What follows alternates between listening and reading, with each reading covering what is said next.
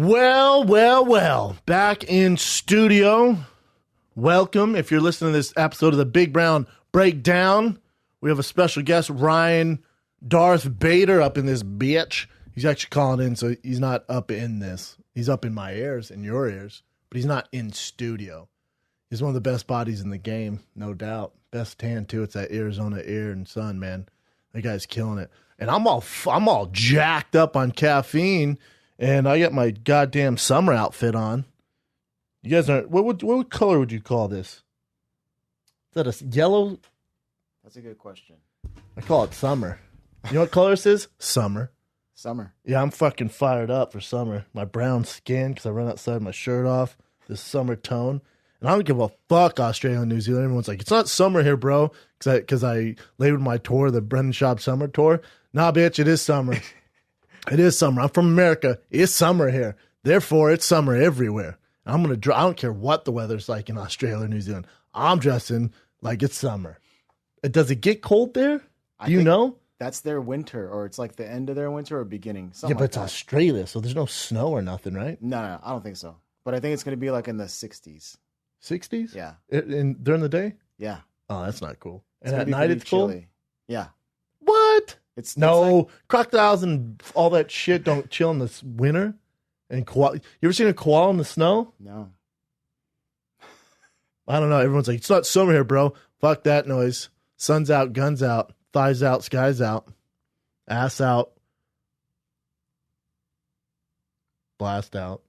That's all I got. Sounds perfect. I don't give a fuck. I'm rocking my summer wardrobe down there. That's what I'm doing. Summer bod, summer wardrobe, freaking summer colors. I don't care. Australia, take it. Take it. Take it. I'm excited, man. Yesterday I had a big meeting. As you guys know, I'm waiting for Spike to officially release it before I blast anything out. Came to finally a deal with Spike and Viacom to work with him on this huge June 24th New York Madison Square Garden Bellator card. And so I went yesterday just to meet the team and go over things and snap some pics. And it was a good time, man. I had lunch with Scott Coker, and yeah, just a good dude, man. And I love sitting down with a guy who has the knowledge of the game like that guy. And we're just going through all this stuff. And he was telling me how he had an old he in his office there. He has this old Strike Force Challengers poster. Mm-hmm. He's like, look at that. And you have no idea at the time who these guys were, but it was DC, Woodley, Luke Rockhold, Misha Tate, and Ronda. All champs on a Challenger poster. Like, who gave them their start. And just his stories how with Bob Cook and how, the first time he met DC, and DC was working at a pizza store, and he's like, this guy? And Bob Cook's like, yeah, man, if you guys know Bob Cook, he's the mastermind behind AK with Kane and DC and Fitch, and you name it, all the freaking monsters out of there. Bob Cook's one of those, he's literally the mega mind of MMA. Like, he's a guy who can look at your roster. He's a guy who can see a guy and go, yeah, this guy's going to be this good, or this guy's going to win this, and this guy should do this. Eye for talent. Yeah, he's really a guy who you don't hear a lot of people talk about. Crazy Bob Cook is what they call him. Mm-hmm.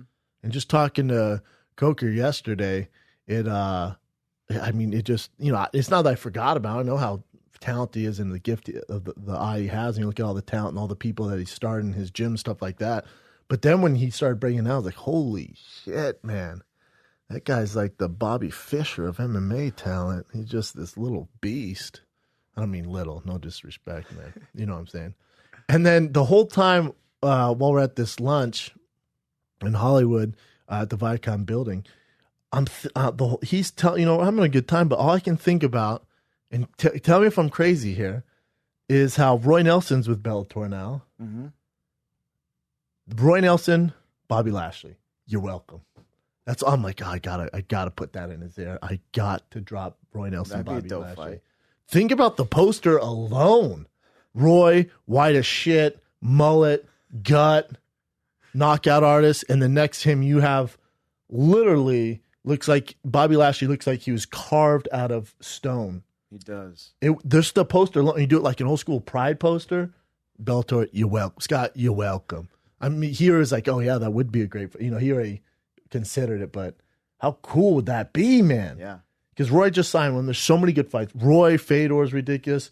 Roy Mitrione, I guess, a little bit, but Roy Chetkongo again, that's a fun one. Roy Karatunov, if you think about that, that's a good one. But Roy Bobby Lashley, how fun is that? I do like it. So I just kept dropping he'd say, oh, what do you think of this? I'm like, nah, it would be cool. Hey, I hate to go back to it, but imagine Bobby Lashley on the right, Roy on the left. He's like, no, that would be cool, man. I heard you say that before. I'm like, yeah, that's crazy. And then we talked about, I don't know, some vacation spot, Lake Tahoe. I'm like, nah, Tahoe does sound nice. That is nice. Dude, can you imagine if Bobby Lashley freaking knocked Roy out? He's like, yeah, no, you keep mentioning that. I'm like, I know, it's just crazy. It's just crazy. And then when I gave him a hug, I just whispered in his ear, Bobby Lashley, Roy Nelson, you're welcome. I haven't heard from him since, so we'll see how it goes. They're doing cool things over there, though, man. I was excited. I'm excited about the challenge because, I didn't sign some long-term deal with them. Who knows what's going to happen? But because you're on a team that they have to climb the mountain. UFC's climbed that mountain. Scott Coker's been in that mountain, came down, climbed that mountain, came down. If you know what I'm saying. So he's an entrepreneur. So he built Strikeforce. You know what I'm saying? Boom, come down. He's built everyone up, man. Mm-hmm. So now he's with Bellator, and you look at what he's done in, 2 years? You look at the roster, it's insane. Imagine another 2 years. So to me, that's what's exciting. Obviously, heavy lies the crown with the UFC, and that they have their issues, but they're the UFC. They're still top dog, but to be on the side right now of building something special and being part of that in any small way I can is what excites me, man. So I'm pretty excited about it. Still, dude. Yeah, could be cool. Could be really cool. I'm sure a bunch of them come out to the June 22nd show. Obviously, Bader will be there, a bunch of the fighters. Bunch of the Bellator employees will be there, so that should be a good time, man. That whole week, just leading up to it. And then I'm working with my sidekick. If you guys remember UFC Now, Jen Brown. Me and Jen Brown were together on their #biggest ratings that show's ever had, and then I left. The Jen Brown and I are linking back up, and it's me and her co-hosting the shows out there for the big Bellator card. She's not part of the Now thing anymore either, right? No, she's completely signed with Viacom. Oh, okay. So she does, I'm pretty sure she does some of the boxing. She does all the Bellator cards. Sweet. And the cool thing about Jen is she legit knows MMA. Like, that's what she's into. She just happens to be good on the camera, too. Because she started on Showtime in boxing, then went to MMA. And then she's done a lot of work for NFL Network. And so, pretty cool, man. Sounds good, man. Pretty cool. Update on my knee. Dude, I cannot thank you guys enough how much advice, help I'm getting, things that people have done to help their knees out who are running, especially the big. Shout out to all the big dudes putting in the miles. Shout out to all the big boys. Like, you need to get this shoe. You need to see if it's this. And some guy goes, hey, man, I know you get a million messages. Listen to me. He's actually like, it's what he does. He specializes in run technique and form, stuff like that. He goes, it's your IT band. And I went, no, you're wrong, man. It's on the inside. It's not the IT band. It might be something structural with my knee, like my meniscus or ACL or something like that. He goes, dude, I'm telling you. And then he listed like his resume. I was like, all right, maybe I'm going to listen to this guy. He goes, before you run or when you warm up, roll the shit out of it with a foam roller and stretch like that pigeon stretch. Do that before and after. Tell me if it helps. God damn, it's helped. Like a mother. What is an IT band?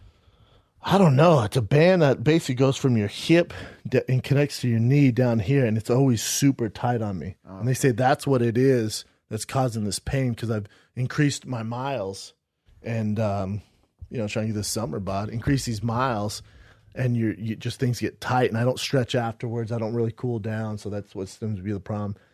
And then I never thought at my age, shit, if when I was 18, you're going to say, hey, Brendan, when you're 34, you're going to be running a shitload and you're going to buy a pair of Brooks running shoes, I'd have slapped you in the face. Brooks? Are you some kind of dork?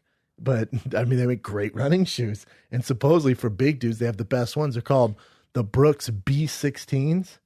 And they're like for big, comfortable, and they're supposed to help with your running gait and your knees and stuff like that. Because I've been running And those shoes Cam Hanes sent me, which are great for trail, but they're not, I guess they're not made for like just road, and that's what's giving me problems. Gotcha. Don't worry, Cam, I'm still going to wear them, but yeah, you fucked my knee up. Yeah, you fucked my knee up, bro. No, I'm just kidding. I do love those shoes. So everything's good, man. Then the pup, I know we talked about on the Fire and Kid, but off-leash training, K9, my boy Nick White. I think my brother posted a video today on my Facebook page. I'm sure I'll blast something out on Instagram by the end of the day. He's supposed to send me a highlight reel of what he's did. But he took my Malinois that is not trained at all, fresh off the boat from Belgium. And, she, you know, they don't sell to civilians, this breeder. What she does is she sells to the military and she sells to the police department. That's what they do. You can't just go there and buy a Belgian Malinois. That's not how it works. Somehow they get this one before it goes through all this intense freaking RoboCop training. You know, Brent Shaw, they called me, do you like them? I said, I love Malinois, but I've heard they're dangerous. He goes, yeah, I know this one, it's different though. We never place it in a home unless it was safe. If you don't like it, we'll keep searching for another one. I go there. She's on this ranch. You know, it's about an hour from here. It's an amazing ranch. She's running around. She's not like the other one. She's kind of silly, kind of goofy. You know, she's 6 months old. And, you know, she's a little wild, but super loving dog. And Nick goes, yeah, my thing takes me 5 days. You know, I hear all this stuff, man. And I was talking to a guy before, and, you know, he needed 4 months, and this other guy needs this. And he goes, I do 5 days of intensive training, and I'm the best in the world. I said, all right, man, let's give it a shot. And I did some research on him. And, you know, he's actually, you know, if you look, he's legit one of the biggest in the world. It's like fucking the Dog Whisperer and him. And he's done like Ryan Reynolds dogs and, you know, you look at his list and it's nuts. And so he's with the Secret Service for 15 or 20 years training those Malinois to get ready on missions. Mm-hmm. And then he was like, man, I could just quit doing this and I can grow my own business. That's how he started doing it with this off-leash training. And I'm going to show you the before and after video on my Instagram and Facebook. I think it's on my Facebook right now, my fan page. And it is crazy, man. I don't know how he does it. Brian thought I was bullshitting. Brian's like, no, those are two different dogs. Why would it be two different dogs? Look at them. They look exactly the same. No one can do that. I'm like, dude, I get it. I don't believe it. I didn't believe it either, but I'm telling you, this is like his thing. This is what he does. Yeah. And I asked him, like, how do you do it? He's like, brother, that's like someone asked you, how do you do stand up? How do you do podcasts? And how do you do MMA? How do you do jiu-jitsu? Like, it's what I do. Like, remember when I trained these dogs for the Secret Service, this 5-day intensive training for these dogs on the mission, because it's so much more extreme. They have to sniff out bombs and all that shit and attack Middle Eastern guys. But he was saying how, yeah, it's rough. So he was saying how they put them through the same training, but it's 5 months every day, 7 days a week. Jeez. Think about those dogs. And I was like, damn, give me one of those. He's like, you don't want one of those. He's like, people who try to place those dogs in homes, it's trouble. Mm-hmm. Those dogs, they're not, I mean, if your son, you know, my 15-month-old son, if that dog's eating, comes by his bowl, he can rip his hand off. Yeah. Forget the football career. That's gone. So you got to worry about stuff like that. But I'm telling you, I know how everyone says Malinois, they're trouble, man. Enjoy getting bit. I've heard all that. I've had 1 million dogs in my life. I trust this guy and this breeder. I'll post it later today, but I'm telling you, man, this guy is a straight up miracle worker. It's insane. Wait till you see this shit. It's mind blowing. I can't wait to see. I always thought that Cesar Millan guy, I thought before I watched the show, like it was so gimmicky guy. Yeah, I thought it wasn't really true, but damn, when you actually watch the show. Yeah, legit, right? Bro, crap, yeah. You ever seen Cesar Millan get bit? No. By a lab? You ever seen that? A lab? That's fucking hilarious. It's a chocolate lab fucks his hand up. Of all dogs. He's all, tss, tss, and then he's like, just stay there. I got this. God damn it. All right, I'm bleeding. Yeah, this lab's like, get the fuck out of here, bro. You never seen him get attacked? No. Oh, it's hilarious. A lab, you guys need to YouTube that on your own time, but it is hilarious. Yeah, Chocolate Lab says, not up in here, Caesar. Real problem lab. Who has a problem lab? Have you ever met a lab who's out of control? Mm-mm. I don't know. We're balls deep in dogs right now. But that Malinois, son, I'm excited. Oh, and I also want to apologize to everyone at the Comedy Store, Improv, and Laugh Factory. I was going to do the hat trick at all three. And they promoted it, and then I had an incident happened last night where I could not make those shows. So, you know what? Bought a ticket to see me. I apologize. Next time I do a live show out here, if you can prove that you bought a ticket, I'll give you a free ticket to my show in July 27th at the Laugh Factory in Long Beach. But you got to prove that you had a ticket to that and you actually come to see me. But it's not like people are like, fuck, where's Shab? You got D'Elia, Rogan, Ari Shafir's back. I mean, you know what I'm saying? So, still, I'm sure there's people that wanted to see you too. Yeah, I get it, but it's not, it's not but like, I know what you're saying. It's not like you're going to watch the Cleveland Cavaliers and LeBron James doesn't play. You know what I'm saying? I'm like the white guy off the bench. You're like, it'd be fun to see him, but I didn't play that night. You know what I'm saying? You still have the All-Stars. You still got the creme de la creme playing, man. So you're gonna have a nice time. I got breaking news for you, Chin. What's up? I got sleeping pills. Oh shit. I got friends of friends who live in the dark underworld, also known as my doctor. But I got ambient. Oh man. Well, enjoy it. You're not gonna fucks with it. I'm not gonna mess with it. No. Like I said too. Like you try it and I don't, and see how we both feel the next day. Shit, you better learn my set, because if I can't perform, you just go out there. I'll run away. We'll just give you the wig. We look pretty similar. We'll dress you like me. We'll just do your hair like mine. You just I'm out. Get up there and Not do your happening. thing. You would never do it? Nope. Be Not gonna do hilarious. Be fucking hilarious. Yeah, I don't know, man. I'm excited. My agent called me yesterday. He goes, dude, good news. Almost all sold out. We've sent a bunch of comedians down there, and you've sold better than any of these guys. I'm Holy like, crap. man, that's great. That's great. He goes, that's the good news. Now, you still have some tickets left in the early show in Sydney and in Auckland, but Auckland's the biggest theater, so you've actually sold the most tickets there, but it's just a giant theater, which is whatever. Still cool. So early show in Sydney and then Auckland are the only tickets left. He's like, it's crazy, man. You're selling out theaters. I go, it's cool. He goes, but have you seen the schedule? I went, no, yeah, I've seen the schedule. He goes, I don't know too many people could pull this off. Got to be honest. I went, well, you'd set it up. He goes, I know. It's short timing. We know you wanted to get out there before the fight and do all that stuff, so this is what we came up with. He's like, I'm warning you now. It's going to be a beast. I've never heard him talk like that. I was like, all right. He's like, just have lots of coffee, and you have fun. I'm like, all right, man, you're freaking me out. I'm not going to lie to you guys. I have a little anxiety about it. Even if you didn't have to fly, and I'm not trying to make it worse, but Yeah, go ahead. even if we didn't have to fly from, those places in Australia, if it was just a regular, like we're in the same vicinity, Yeah. it'd still be a tough schedule. So this yeah. is crazy. I know. But it's doable. Oh, it's doable. Good luck, man. But hey, man, you're on the same boat here. Show doesn't work without you.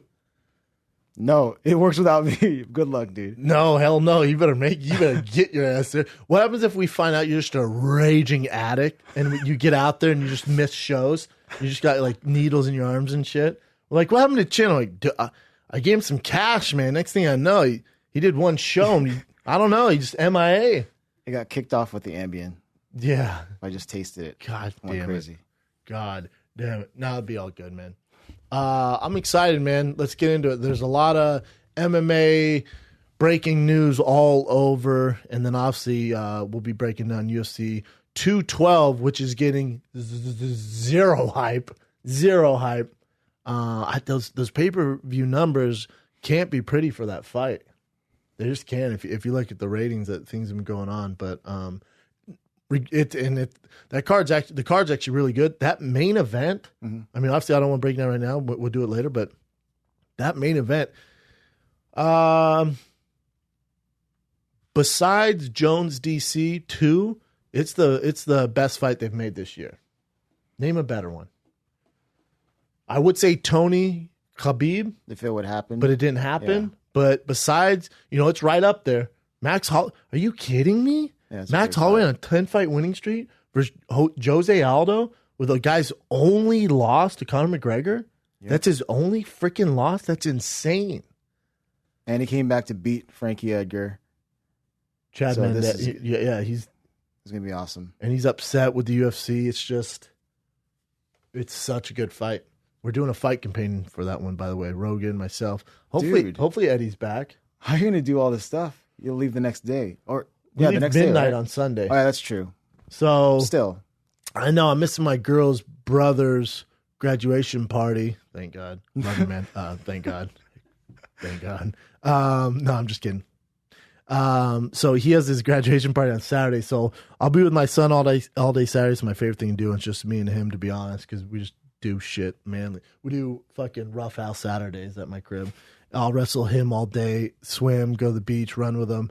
And then that night I'll go do the fight companion and do my thing, man. And then, then Sunday, I'm meeting up with my trainer, Nick White. When I say my trainer, my dog trainer, meeting up with Nick White, and then going over some stuff with the dog. I'll pack.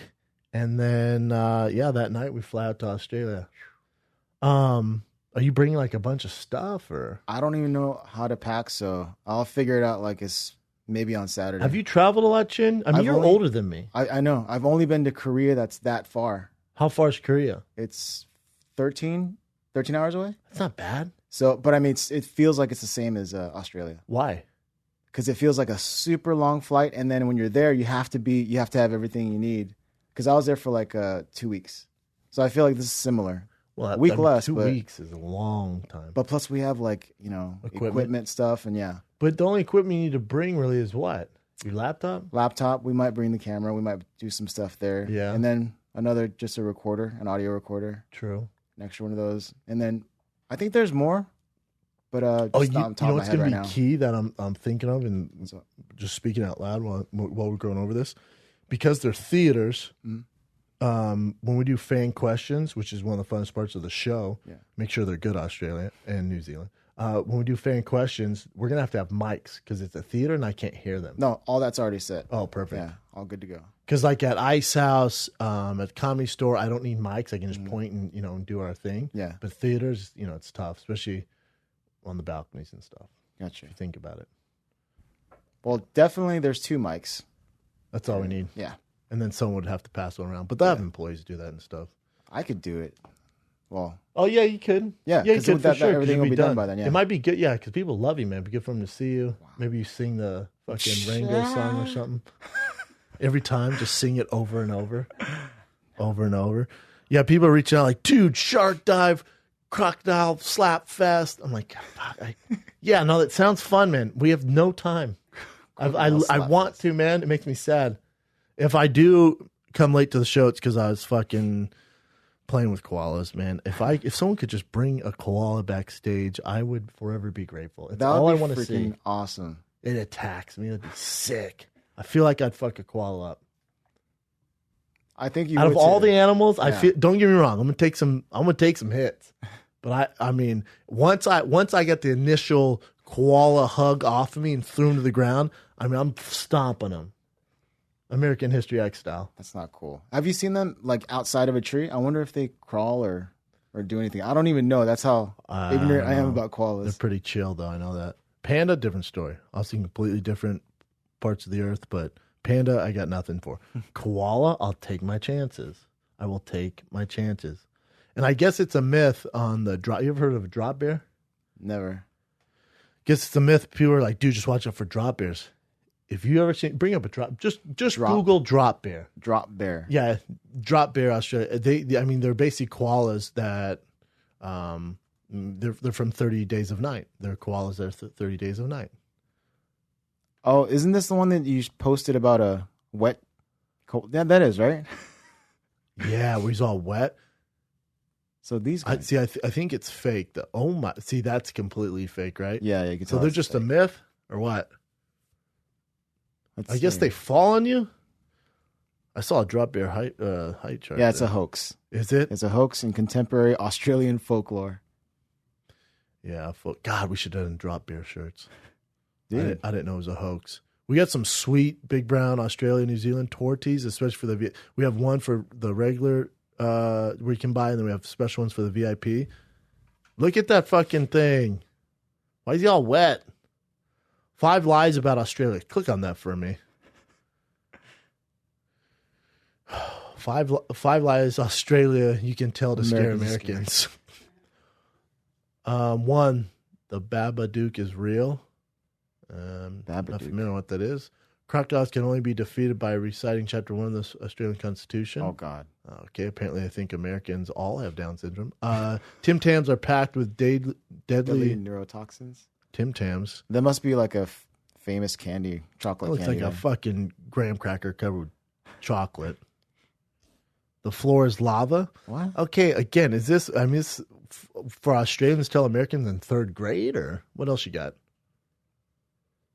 Oh god. Australians don't have emails. All right, you know what? Fuck that list. That's a bad look for Australians and myself. Dude, how about that video I posted of Mark Hunt? Do you see that? And Aquaman's in it. That dime piece of everywhere. human being at Aquaman, and they're doing the like native dance. Haka. What? Yeah, that's dope. I heard he got How emotional. can I learn that? What? I heard that Mark got emotional. Like he was just like Because they taking it back. He didn't know they were going to do it for him. I guess it was a surprise. Yeah. Damn, that is so cool. Very sweet. Very I awesome. can't wait to break down that fight. Talk about a fight. Talk about a fight. Yeah, man. Talk about a fight. Can you imagine if I picked against Mark Hunt in New Zealand? I'd be like, you know what? This is a close fight. It's gonna be a tough fight. I'm gonna take Derek Lewis. Dead. Shab dies in New Zealand. All right, let's get into these MMA events before I keep talking about Australian things that can kill me. All right. What do you got, dog?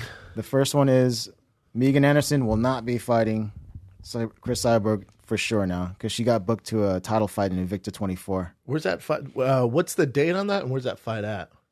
July 15 Oh, in Kansas City.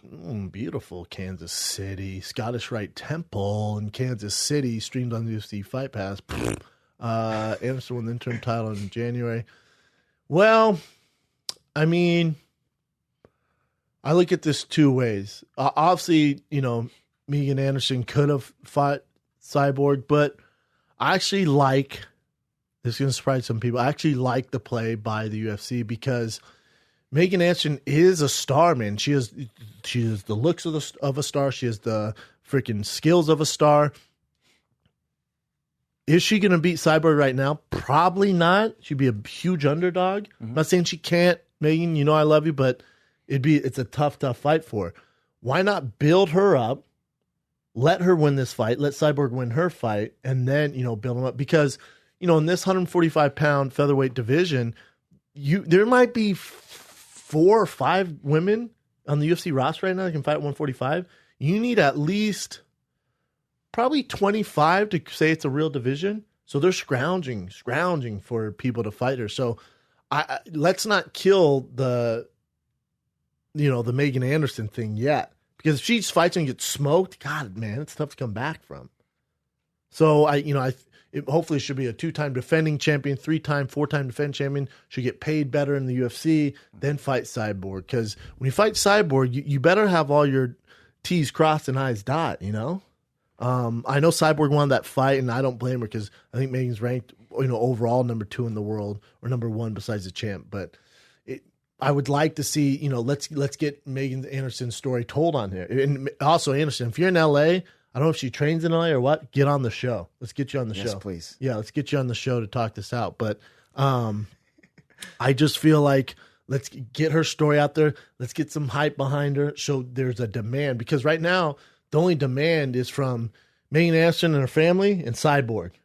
But from the fans, it's not there yet. And I'm talking like maybe the hardcore fans who watch Invicta know that stuff, but from like the general public, they're like, oh, she's a pretty girl. Yeah, she's also a champ. Oh, cool, I'll watch that. But we want them to demand this fight. So just keep building Megan Anderson's star up, because she has the skills and the looks to do it. Fair. What else you got? This is also riding on that. So Chris Cyborg did give a statement on the Megan Anderson fight coming up, and she kind of took aim at the UFC a little bit too. So I highlighted the quote she had here. She just says, What'd she say here? I wish Megan good luck. The fact that she's fighting an undefeated 5-0 fighter at 145 proves there are women that I could have been fighting in the UFC at 145 the entire time. That I've been signed to the promotion instead of undersized girls being forced up a weight class once they've suffered a few losses at 135. See, but the thing is, those girls that they should.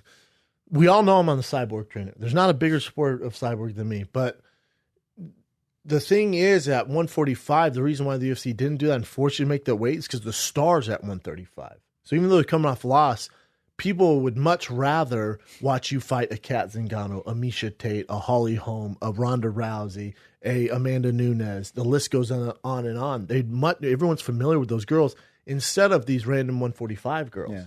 And that's what would sell tickets for the UFC. So that's why they did that.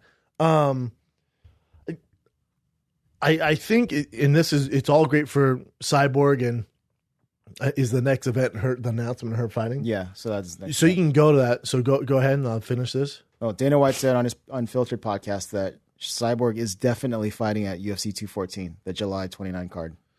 So, and this is great news for Cyborg, and I think, there's been a lot of turn events, and for Cyborg, I think her stock's never been higher, to be honest, even though she socked that girl in the face. She's everywhere, though, yeah. But she's everywhere, right? Mm-hmm. And everywhere in a good way.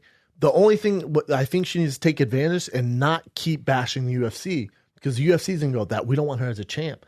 So what you're going to find is, I think if she'd been more willing to play ball, which I get it, you shouldn't be playing ball because they really screwed you over.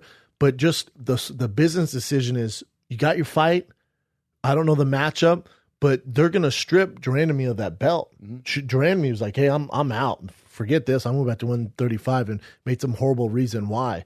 And so they're going to be more likely to strip that belt right away and just give it to Cyborg so that she fights for the interim title and then obviously is the champion in Anaheim. But when you keep bashing, every opportunity I get it. I'm upset too for you. But you got to play ball a little bit here until you become the champion. Then you can make some demands. But when you're not champion, you keep bashing like every tweet. It's tough, man. And also, people don't like that every time. I'm with you, and I freaking hear you, Chris, and she's never been bigger and things are working out for her, but I would pull back on that just a tad. If I'm her manager, I'd say, let's focus on the fight now. We got your fight. We'll deal with things after that. And I don't know who she's going to fight. And guess what? It doesn't matter. It does not matter. It does not matter.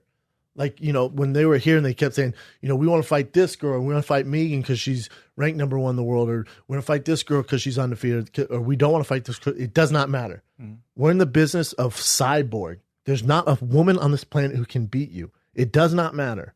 You look at your numbers when you fought homegirl in Brazil. We don't know her. It doesn't matter.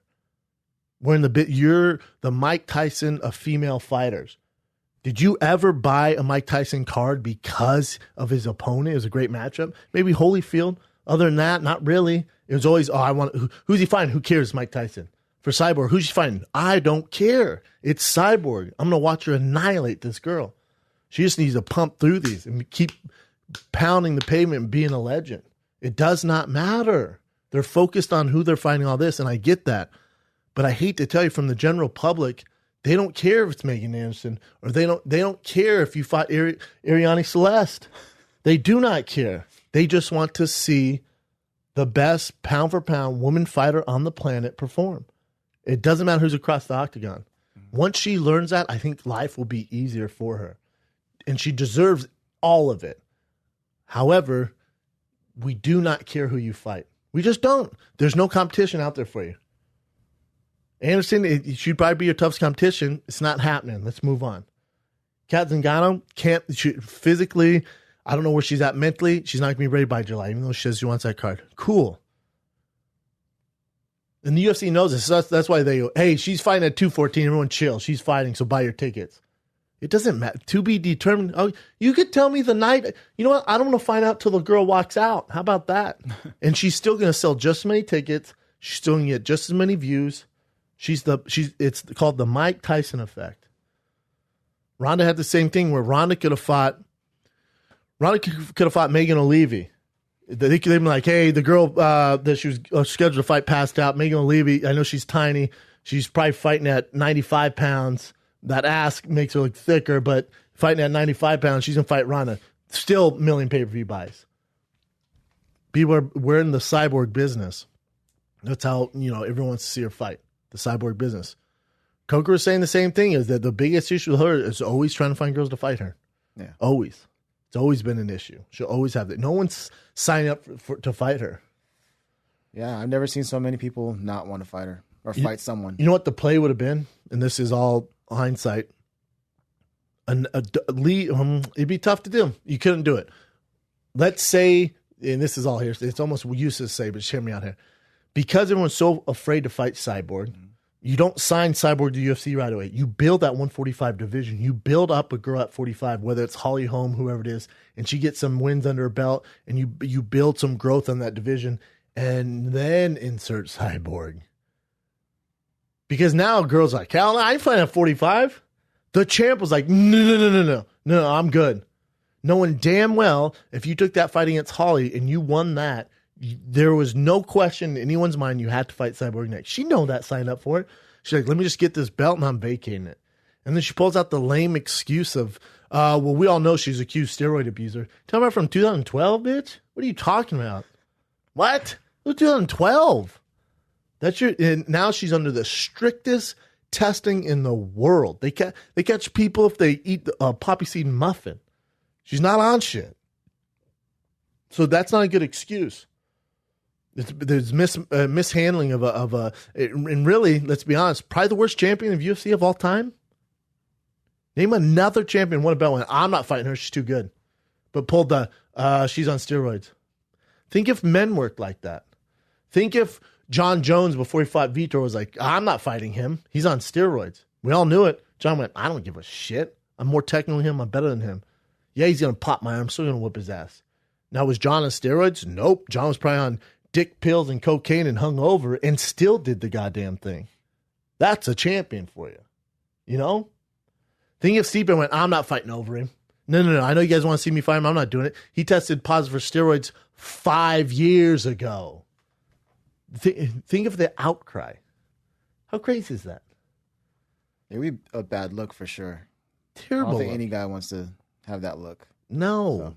And, for Dranamy, it's, talk about a tainted, whatever legacy you were going to have, whatever it is, you were the champ, but you got that belt by cheap shine. She's so skilled, too. I actually like the girl. I know it sounds like I don't. I like watching her fight. The way she got the belt was super skeptical, hippo eyes. And now she's turned on the fight with Cyborg. So hopefully they find an opponent for Cyborg. How dope would it be if Dranamy just fucking sacked up and took the fight? Just showed up that day? Yeah. How sick would that be? Completely sick. Redeems herself. Completely redeems herself. She would. It's like a WWE walkout, like The Undertaker. Doom. Like, oh shit. There'd be about 30 of us in the crowd. I'm like, oh shit, Dranamy. She's doing it. Everyone else like, who the fuck's that? I don't care. It's Cyborg. Yeah, her street cred would go back. Yeah, you taking that ass woman for that street cred, though. A lot of street cred. You taking that ass woman for that street cred. If it's worth it to you, I don't know. Where's she at? Belgium or some shit like that? Where's she at? I know it's in the Netherlands somewhere. Yeah, I don't know how much street cred goes out there, but you can take that ass woman for the street cred if you want it. Don't be scared, homie. She came out with a statement, too. Who did? Jermaine Durandamy. What did she say? It's a very long one. Gossip! It's a very long one, but in the end of it, she said she's always wanted to fight. Just when she was done with the home fight, she talked about wanting to go back down to her weight class, which is bantamweight. And that this is not anything that she's scared of. It has nothing to do with fear of fighting Cyborg. She really does mean the drug thing. It's tough because a girl at her level, I agree, this whole scared and fear thing, we throw that around a little too much, but this is a little different. This is a little different. I mean, I've never seen something like, no. But then, she was 46-0. How many 30 knockouts in pro Muay Thai? God, dog.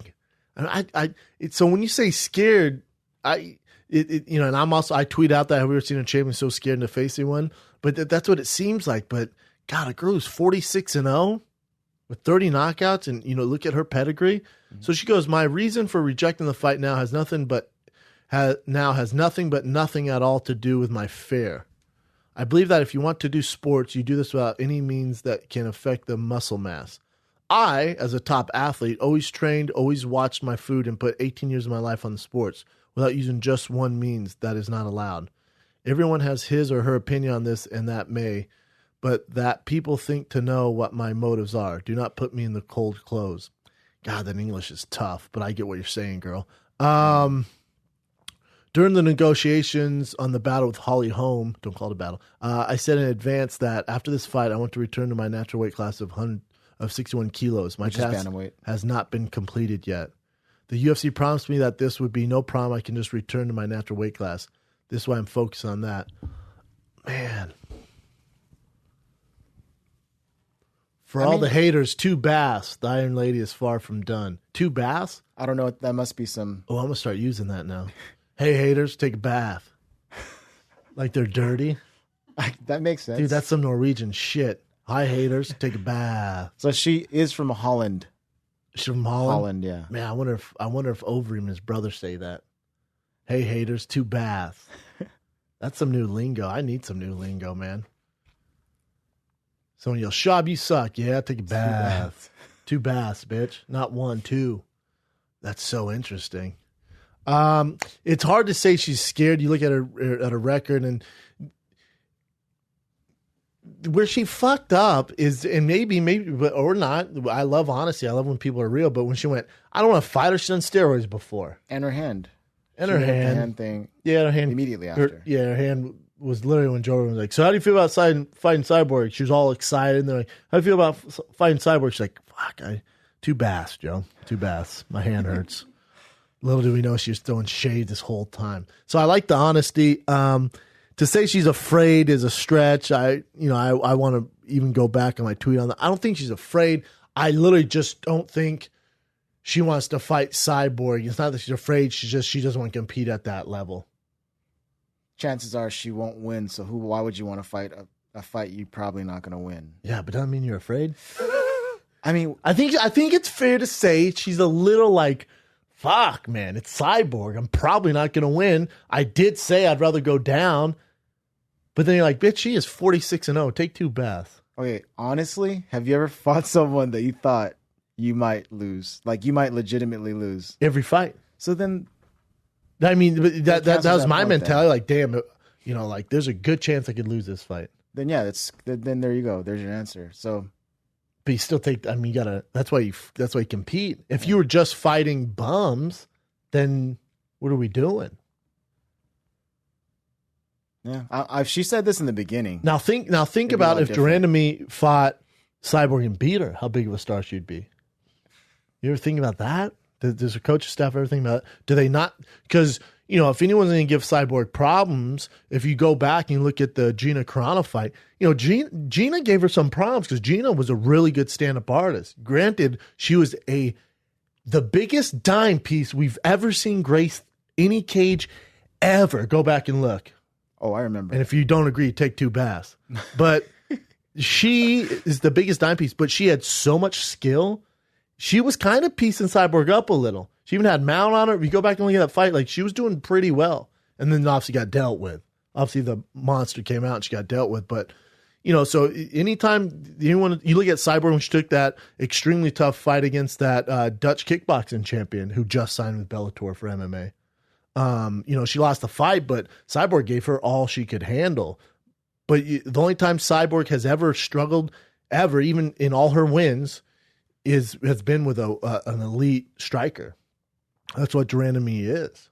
That's what Holly is. Mm-hmm. So it's kind of fair to say she's a little scared. I don't know. I hate saying that with fighters, but take 2 baths, everybody else. Let's move on. All right. I'm happy for Cyborg. She got a fight. I'll say that. Oh, so if that fight, since Dana White announced it, he said that for a fact she's going to have a fight. And yeah. I'm assuming Cyborg is signing a contract like, I will fight. Cyborg, I bet, knows who she's going to fight. Oh, okay. So I reached out to him this morning to find out. Okay, never. Yeah, well, actually, this is still a question. So if that person, say, like, they backed out or they couldn't get someone for sure, she still gets paid for that? No. That fight? No? Well, I mean, if she would get her show money if they made it all the way to the weigh-ins. But if it was like now, no, hell no, she's not seeing a dime. Got it. But they're going to sell tickets for that July 28th card because our show's on the 27th. Our show's on 28th. Australia, what? No, we have a Big Brown breakdown live at the Laugh Factory in Long Beach the night before, that Friday. So the fight's on the 29th. Okay, so then I'm on the 28th. Yeah. Get your asses there. Who knows? Cyborg might be in that bitch. Yeah. Give me some That'd be fighters in freaking there. awesome. We'll have some cool stuff in the works for that. Roy Nelson, we got to get Roy Nelson on the show. I gave him a text this morning. Go ahead with this one. Yeah, this is not super new news, but he signed with Bellator, and one of the reasons he said was quality of life was better by signing with Bellator. Meaning financially? Financially, I think he's also saying that everyone he talked to, from Nick Diaz to a bunch of people that he knows, With Scott Coker? that knew Scott Coker, they said he never heard any one bad word about Scott Coker. And his sponsorships is a huge thing too. Again, Roy, similar to Ryan Bader, Phil Davis. Remember Phil Davis was sponsored by Sprite, for God's sakes. So, and Uggs. Phil Davis was sponsored by Uggs and Sprite. Y'all forget. I'm sorry, Lugs, not Uggs. Uggs. Not Tom Brady. Lugs. Big difference. It's like, wow. Lugs, son. Big difference. Huge difference. One's for white people, one's for black. Let's be real. Lugs and Uggs. Hey, did you just figure Uggs and Lugs? Like, Lugs came first and was, let's be honest, just for black people.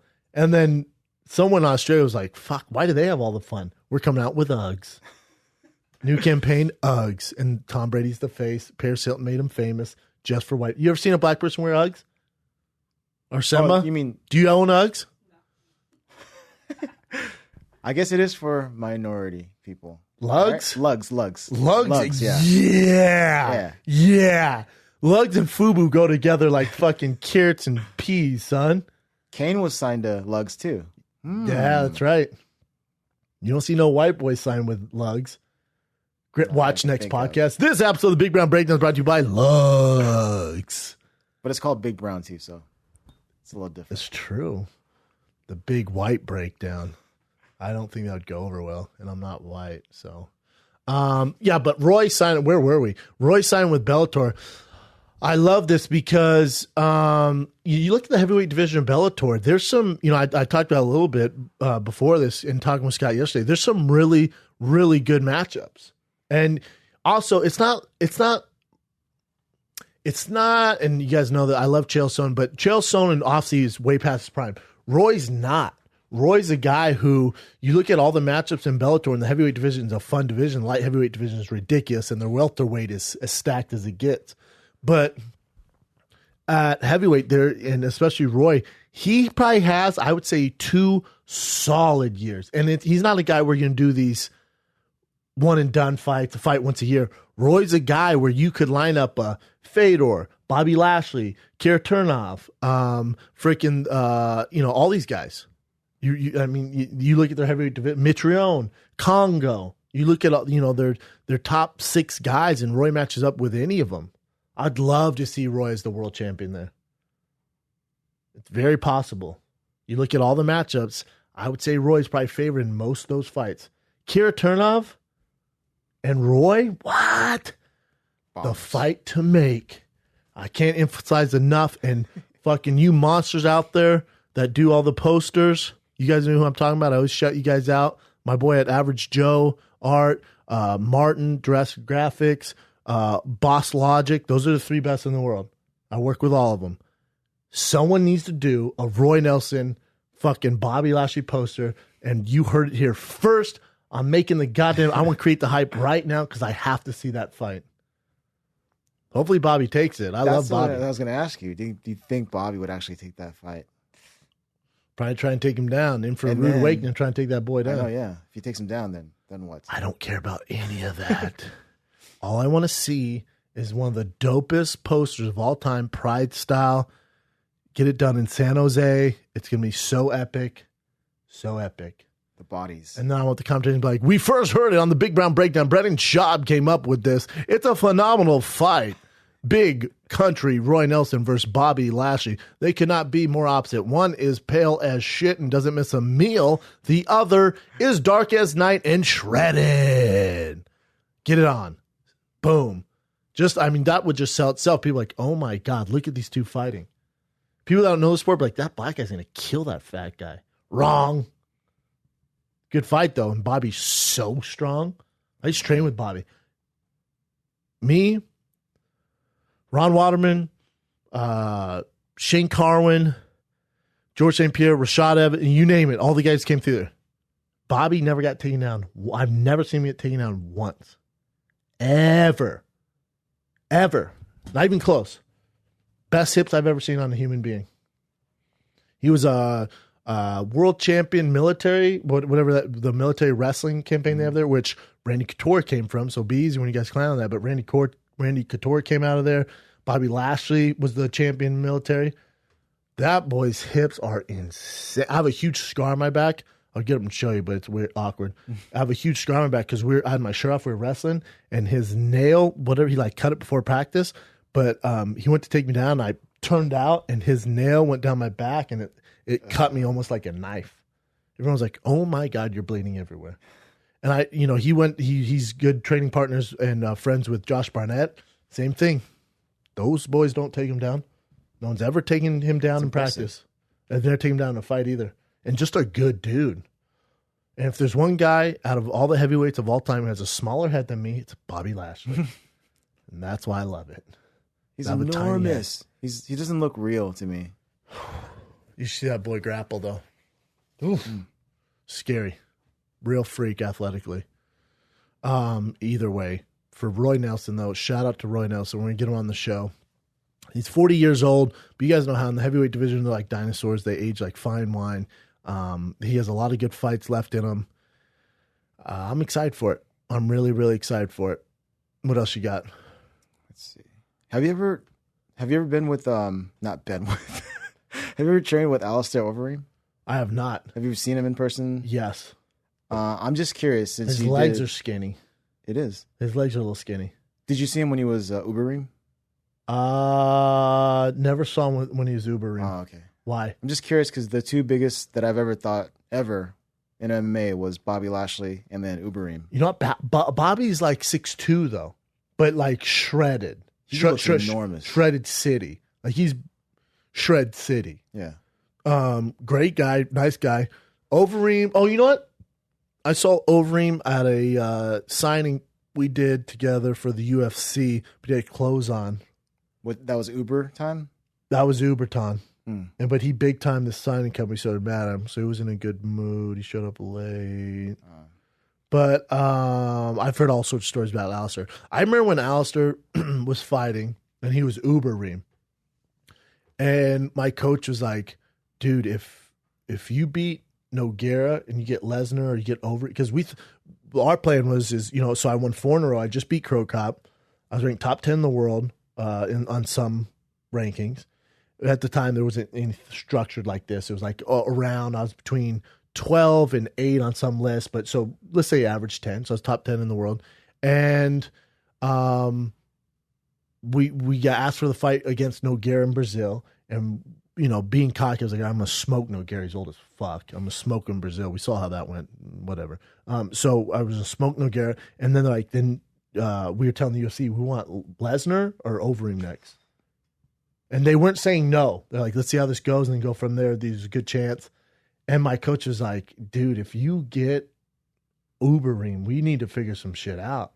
Like, you need to move, man. Like, literally, it's going to be footwork. You're not beating him in the decision, you're not knocking him out. Yeah. And then I was like, I guess I could try and take him down. He's like, yeah, grappling's really good too. I'm like, yeah. Let's deal with it when that comes. And obviously never came to fruition, and probably for the best. He was a monster. Super monster. Crazy stuff, though, man. Who knows? How weird would it have been if I would have beat Nogueira and then got one of those fights? Would have got paid tough fights for me. Yeah, you never know. At heavyweight, we kind of do. What's this, though? What if you got Lesnar? Because it would have been Overeem or Lesnar, right? Yeah. Yeah, what if you had... So wouldn't Lesnar be a better... I don't know. Would he be a better matchup? Other than his crazy strength. God, he just steamrolls dudes. Yeah. Both of them tough matchups for a guy like me. I don't know. Well, thank God. I'm stressed thinking about it now. It's never happening. What else you got? All right, this is pretty cool. So the Max Holloway Aldo fight will be the first one that's going to be streamed. Portions of it will be streamed in VR. What's that mean? Virtual reality. So if you have those Samsung VR glasses, okay, there's a service that they do called VR Live Pass, and you could actually look through those glasses as if you're actually in the arena watching the fights. But they're only going to do portions of it, not the entire fight. But this will be the company that does future live events for the UFC.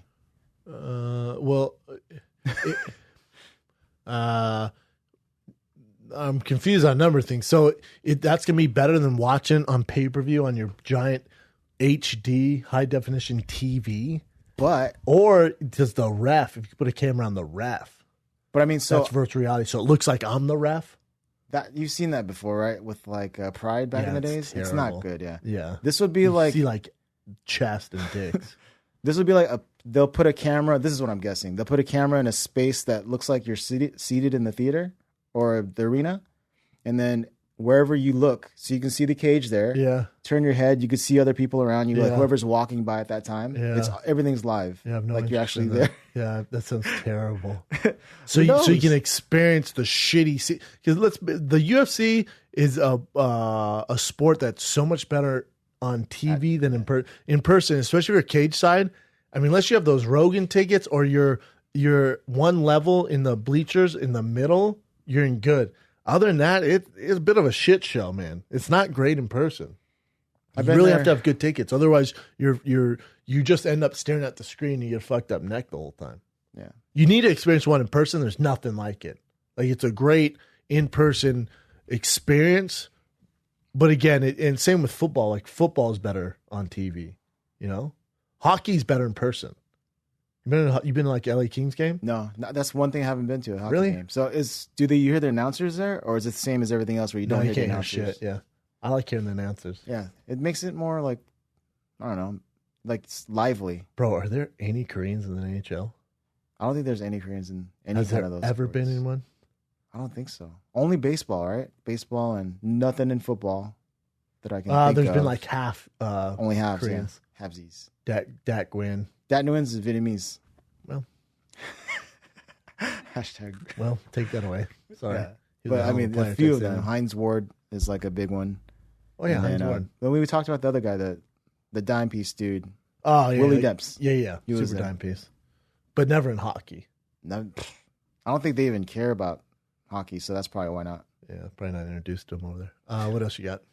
All right, let's see. I'm not interested in that virtual reality in the least bit.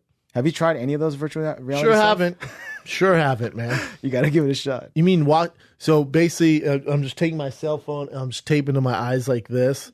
Like I need that shit. And I just stare at the world through another screen like an asshole. God damn it. Go experience for yourself. You will look like an asshole if people walk by and see you doing it because you just be like waving your, I'd rather your head around. Oh, sounds terrible. But, all right, the next one. So the Daniel Cormier weigh-in Towelgate thing. Like 5 days later, 6 days later, the New York State Athletic Commission changed their policy. They put it in paper, in writing, saying that you can't hold anything. You can only touch the scale, only contact with the scale, and that's it. So that's in place now. Way to go, guys. So can people still hold the towel? Or are we seeing dicks and ass cheeks these days? They can hold it up, but you can't touch anything. It'd be so hilarious if like no towels at all. If you guys want to strip down, the price you pay, people will see your dick. And when you're cutting weight, that thing shrivels up like you put salt on a snail. True story, man. You cutting weight, I've cut weight. That thing gets smaller than, I'm telling you, man. It looks like a turtle back in its shell. It's not a good look. Wow, dehydration. Oh, shrinks your dick. Oh, yeah. Think about it. You got a lot of water coming through that pipe. All right, moving on. So have you seen that video that Dana White posted with Oscar De La Hoya, like going off on Conor McGregor fighting Mayweather? Yeah, or was it De La Hoya did a video, or he just did a? So De La Hoya originally wrote this thing on either Instagram, Facebook, one of the social media sites. De La Hoya, too long. A huge thing about why it's going to kill boxing, like the fight. It's going to kill boxing, and it's just those two guys trying to make money, and everyone knows it. And then once you spend your $100 for that fight, it's gonna, the reputation is gonna be ruined, and no one's gonna want to watch boxing. You said it was $100, De La Hoya. That bitch might be $129.99. Would it actually be more than $100? They could probably get it. I won't be surprised. Anyways, keep going. So after that, it's weird that he even said that. That's even a current event right there. How Oscar De La Hoya went off, saying how it's gonna destroy boxing.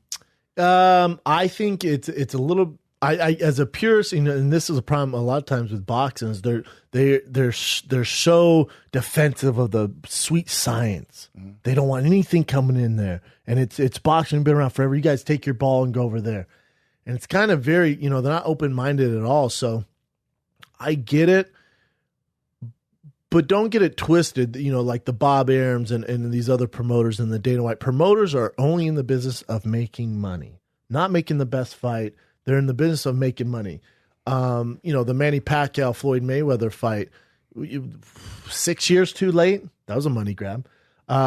Chavez versus Canelo. Hate to tell you, that doesn't make a lot of sense. Money fight. So most of these, Cotto's next fight, money fight. Cotto's done. What are you talking about? There's a lot of fights that don't make a ton of sense, but you're doing it. You're using the names and you're making money off them. Canelo Jr. Canelo and Chavez Jr. Chavez didn't even show up. What do you call that? But it's the reason why it's a little different because they still have the pedigrees and they're still pure boxers. But for Oscar De La Hoya, it's a little bit of a sign of desperation because from what I hear is they're trying to do Floyd versus Conor around the same time they're trying to do Canelo Triple G. Well, most of America is not going to afford both pay-per-views, so pick your poison. I'd be willing to bet that in the majority of Americans and around the world, if I can let's say you can only pick one, I would bet my bottom dollar, except for Guadalajara, Mexico, everyone, and where the fuck Triple G's from, Kyrgyzstan, whatever, everyone is going to pay for the circus Mayweather-McGregor because we've never seen it before. So for Oscar De La Hoya, it's more of like, and oh shit, desperation, like, oh, hey, purist, which there's only about 200,000 of you. So those 200 extra thousand pay-per-views that you're succumbing to, it's not helping. Because to me, it looks like a cry out, like, this is bullshit, man. Do it. He should have just been like, do it another month. Or, him and Dana know each other. Aubrey Marcus and De La Hoya are boys. I know a lot of people know Oscar. There's a lot of them. Just reach out to him like, hey, bro. Listen, Floyd and Conor, they just want to do the September. It makes sense for everyone. Maybe you should do yours a little later. Build the hype more. And as a purist, I cannot wait for Canelo Triple G. And I have Canelo in that fight. I'll just call it now. I cannot wait. He's an underdog. It's the best fight of my lifetime as far as boxing goes. It's such a fight. That's a super fight. It's amazing. That being said, they could hype it up to the general public and get these guys on ESPN and get these guys, on TMZ and really get them out there doing more podcasts if they realize how if you put Triple G on Joe Rogan, do you guys know how big Joe Rogan Experience is? Name a show you watch and it's how many people listen to it or how many people watch it. You're talking over 100 million people a month listen to Joe Rogan speak. What would that do if Triple G went on there? This show gets 1 million. Every time we do this, I get at least 1 million listeners tune into this. 1 million. But people need to realize that when you go on these, and it's their PR team too. It's not up to Canelo, it's not up to Triple G to figure out how big podcasting is or how many people they can reach. But if you Rogan or Canelo or Triple G or they come on here, they go on Rogan and they do their thing, and you get fucking 10% of the people go, fuck, I like them now. I'm like, I'm into boxing now, because you can get those hardcore mixed martial art fans, which are the majority of my fans. They go, dude, since you started talking about boxing, I like it, man. I used to hate on it. I used to think it was so boring. I'm actually into it now. It's because you know the guys. So if they went on a PR tour and just hit these different markets that we haven't seen, people love Canelo. These are two good dudes. English isn't great. We can work with it, But for Oscar, it's just, I think it's more of him just being like, fuck, man, that was our date. Yeah.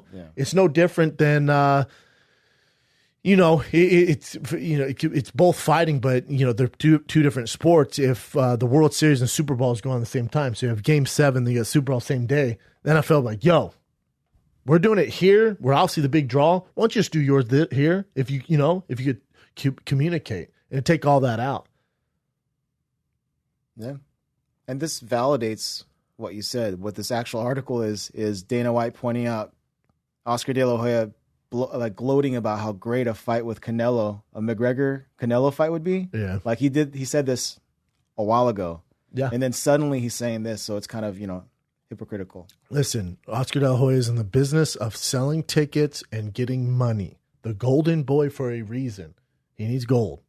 Gold is big fights. That's what promoters do.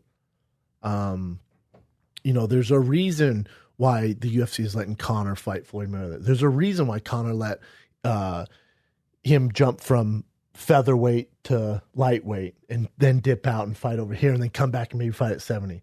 Because they're in the business of making money, not the best fights. Oscar's the exact same way, but the chips aren't in his corner this time, so he's crying a river. I love Oscar. I fucking love both these fights. But Dana's right on this one. He really is. But their whole obstacle, and I guess at the live shows more than anything. Conor Mayweather, how's it get done? What's this? I get it all the time. Conor and Dana come to agreement is the easy part. The huge dilemma now is getting Floyd to jump on board. This is the battle now. I think it's gonna get done, but it's to happen in September. We got to get moving. Dana's in New York. Get your ass to Vegas, Dana. What else you got? All right. Okay, there you go. For the upcoming likely match between Mayweather and McGregor, Dana White says that he thinks a 50-50 split would be fair between, UFC McGregor and then Mayweather. Man, I kind of shunned a little bit when I first saw this highlight, and I think MMA Jungle maybe I thought MMA fighting. I love both those sides, by the way. But I shunned a little bit. I'm like, God, 50-50. There's no way Floyd commits to that. And I think about it. Floyd wants his 50th win. Who else could he fight that would make this magnitude of money and be, on paper, the easiest fight for him? Name a boxer that you could really fight that would get this. You fight Canelo again, no one wants to see that. He's the biggest pay-per-view draw right now. That's current. Floyd Mayweather's retired, so Canelo's your biggest pay-per-view draw. Other than that, the heavyweights are the kings around here. You have great competition. In heavyweight, you got Earl Spence in the lighter weights. You got Mikey Garcia. I can go through everyone. You got Lomachenko.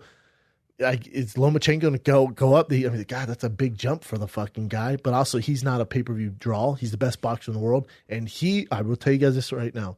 Lomachenko would freaking destroy Floyd Mayweather. He would eat his ass up like a fat girl at Golden Corral. He would tear his ass up like me with a full rack of ribs. It's not even a fight, by the way. That's not a fight. He's not taking that fight because also, like, A, it'd be the toughest fight of his career. B, they're in completely different weight classes. C, it's not going to gain a lot of momentum. It's just not, even though Lomachenko is the pound-for-pound best in the world. So when originally I went, God, 50-50, Jesus Christ, Dana, take it easy. Now you go, when you think about it, Floyd needs money, right? Let's be real here. He needs money. He has high bills. He wants that 50th win. He thinks Conor's an easy fight. Conor really is the A side here. He's the most current guy. He's bringing all this UFC attention. He's bringing all the international attention. Floyd Mayweather's not an international draw, really. Guess we went to England with the Ricky Hatton stuff. But really, it's all Floyd or Conor. So I can kind of get it. So Mayweather Pacquiao did around 4.5 million buys, and he says and Dane goes on to say, I think this does conservatively between 2.5 to 4 million buys. I do not agree with that. I think it hits more around the 5 to 6 million. Well, he said that conservatively. He believes that it'll do more, though. Yeah, that makes sense. I exaggerate, and he's being conservative because if it doesn't hit those, he looks like an ass. I don't mind looking like an ass. I think it goes 6 to 7 million, to be honest. That would be nice. White believes there's a 75% chance that Mayweather-McGregor matchup happens. He says, I'm very bullish on this fight. I think it happens. These guys are going to have to come up with something way out of left field for this fight not to happen. If we get back, let's say Dana goes through negotiations, and Dana's a good businessman, he knows what he's doing. Let's say we get next, Floyd Mayweather demands 80-20 split. Floyd's not serious.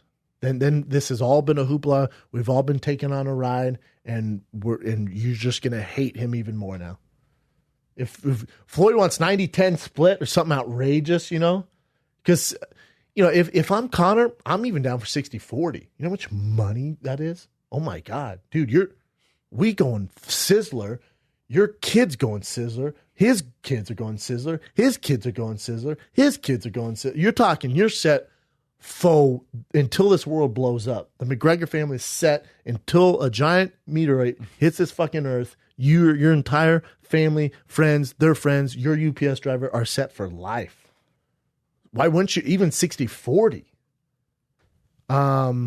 Again, my only, and I'm a little nervous about it. Has this been a whole hoopla the whole time with Floyd Mayweather stay relevant now he's retired? Because it's the biggest thing in sports. It's on everything. Colin Cowherd, Rich Eisen, Sports Center, First Take, pardon the interruption. I mean, everything. This is all anyone. I saw in Good Morning America. What are we talking about? It's everywhere. And if we see Mayweather pull some bullshit because his ego and his team thinks it's a 70-30 split or 80-20, something ridiculous, this fight ain't happening. And it sucks for Conor. I think it's happening, though. I really do.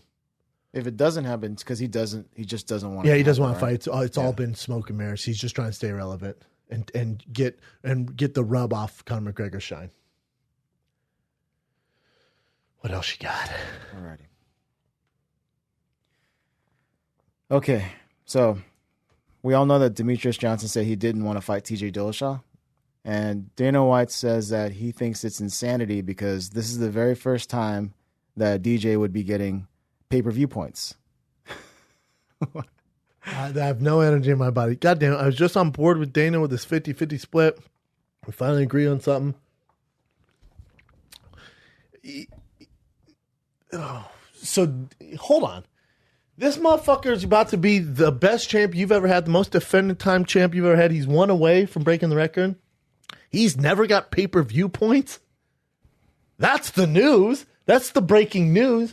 What the fuck's DJ been doing? How have you not gotten pay-per-view points before this? Would turn down the opportunity to get a piece of pay-per-view revenue for the first time in his career. My heart for DJ. I feel my shit hurts. God damn it. How does your management not get pay-per-view points? You defended the belt goddamn to 9 times. Oh, God. The fuck? That's crazy.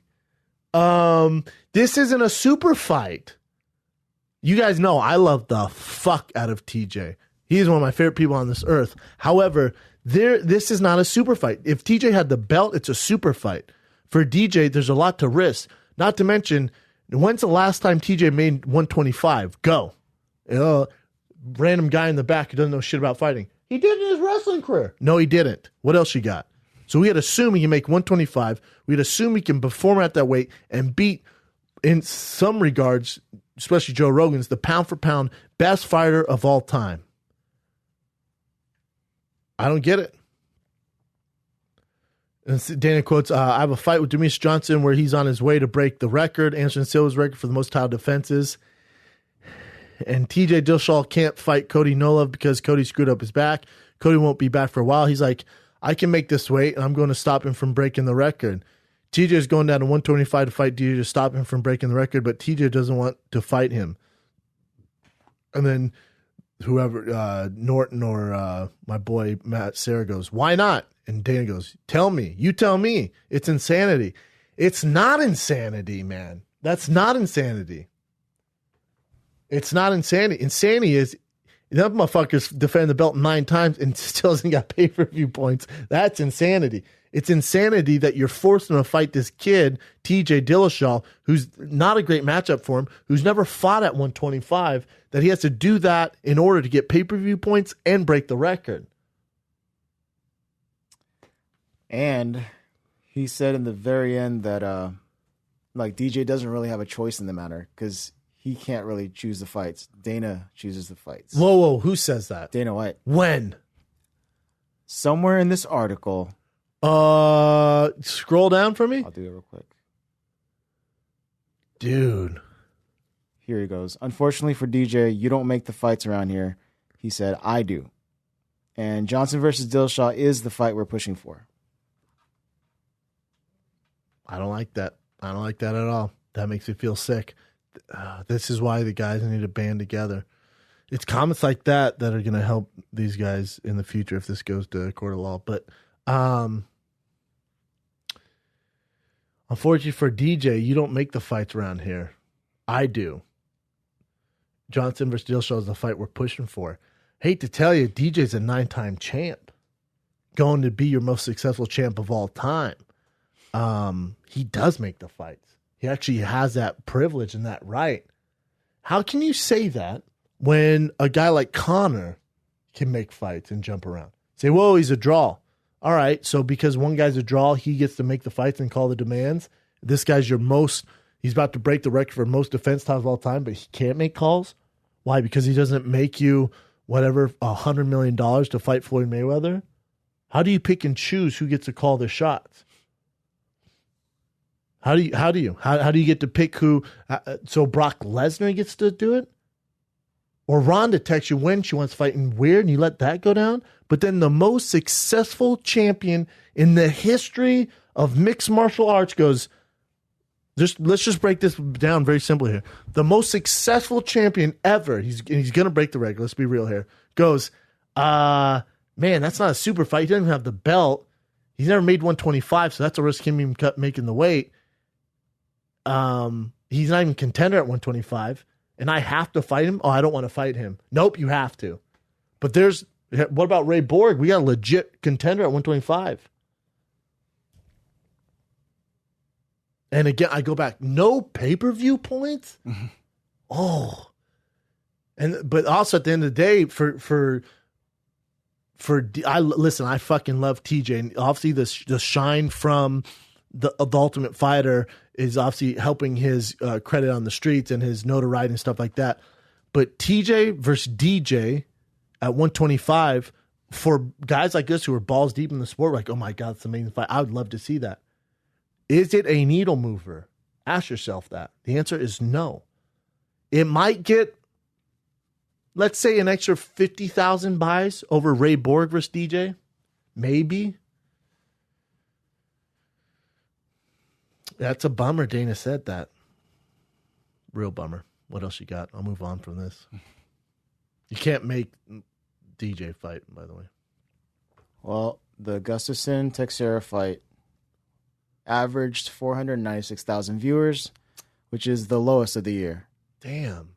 Is it because of the timing? A Sunday at 10 a.m.? So it was the Memorial holiday, Sunday. That was like the day before Memorial Day. People are like barbecuing, doing their shit. Yep. And that Indianapolis 500. So when you know that, right? Like, we know when Memorial Day is, when they book these things. Well, it's weird you book it then, right? Like, could you not done the following week? Or I guess you got 212 or the week before? That's crazy because that's a phenomenal matchup for a main event. ABC, well, see, this begs the differ. ABC's airing of the Indianapolis 500 head-to-head on the same time, same day, averaged 5.5 million viewers. So you can't say people are around TVs. That's not good. Do you know anyone that watches that? NASCAR? I don't even know if that's NASCAR. Is that NASCAR? Yeah, that's NASCAR. Right. Yeah, do you know anyone? I don't. It's just not, it's not, I don't know. I didn't grow up around it. I'm not into it. I watched and then go around and around. When I was a kid, I played the game on Sega, but that's it. But no one I know either watches it, so it's crazy. I think it's more of a Southern thing, right? I think it's don't get me wrong. I think it's everywhere, but it's big in the South. I should say that. And they do enormous numbers. You ever see how many people show up to those things? There must be something to it. It has like a weird redneck connotation. It has like a bit of a redneck, right? Yeah. Like Bud Light, fucking NASCAR, Dale Earnhardt, till I die. And Talladega, when their accents are super, super Southern. Hilarious movie. Yeah, that's a little surprising how bad those numbers are. And to chalk it up to the holiday, we knew it was going to do bad. We know it's the lowest ever. NASCAR's like, say what, bitch? We're killing it. Listen, the card wasn't great. Let's be real. But the main event was. What else you got? Let's see if I have that thing set up. So, 1 second. So, in the main event, Glover in this article says, after this eye poke that Alexander did at that one point when he was pushing off, I think it was. I think he poked him in both eyes. Did he? It looked like both. Okay, so after those pokes or that poke, he said he saw 3 Gustafsons the entire time, and then until the very end. Couldn't hit either of the 3. Yeah, but then he does go on to say that regardless, he would have lost the fight anyways because Gustafsson was just too fast. Oh, that's cool. Yeah. Oh, that's really cool. I was surprised because if you guys listen to the fight closely, is they go, "Can you see?" And he goes, "No." They go, "Do you want to fight?" He goes, "Yes." And the doctor's like, "Cool, good luck." Can you do that? The rule book states if a fighter says, "I cannot see," the fight should be stopped immediately. But we're in a weird gray area. I think what you need to have with these doctors and these refs, you need to have someone who doesn't give a fuck about being liked in public. You know what I'm saying? Like, they do not care. Like, NBA ref, they don't give a fuck. NBA refs, they call it, a lot of times, obviously there's a lot of flop and stuff like that, but we don't know where they live. They don't do interviews. You have no idea. But with ours, it seems like there's so much pressure on them because if they would stop that fight, people would have been pissed, including myself. But it's probably the right thing to do. In hindsight, you go, "Oh, yeah, he wouldn't have taken all that punch. We didn't know he was going to get his ass whooped like that." Yeah, he would have lost that fight regardless of the eye pokes. I'm glad Glover said that. Yeah, Glover, but at light heavyweight, there's not a lot of competition. He's still top 5 guy in the world because everyone's older. But, Gustafsson's definitely the next number 1 contender. I'd love to see him and John Part 2. I'd love to see that. Let's just go on to the what else you got? I don't know. So the George St. Pierre thing that we said earlier. I mean, you said earlier that he wasn't gonna be able to fight because of an injury. I promised you guys because there's all this bullshit coming out like he's scared to fight or this. The UFC says this, and we're represented by the same people. So, I know this stuff. I'm just making this shit up. So we kind of broke it here. But, it's been his medical the entire time. I wasn't allowed to say exactly why because I didn't want to, speak out of turn. But it's been his eye the entire time. It's a floater, and that's what they're waiting for. The weird thing is the UFC knew this. Yeah, weird. The doctors knew this. George knew this. Bisping's known this. But they've all been playing this. So I'd see the interviews and the way the UFC was trying to mold this thing. I'm like, what? It's weird. Didn't make sense because we all know that people who are in the know. We know what's going on. Why have him say he's going to fight that early when we knew he wouldn't be able to fight till later in the year?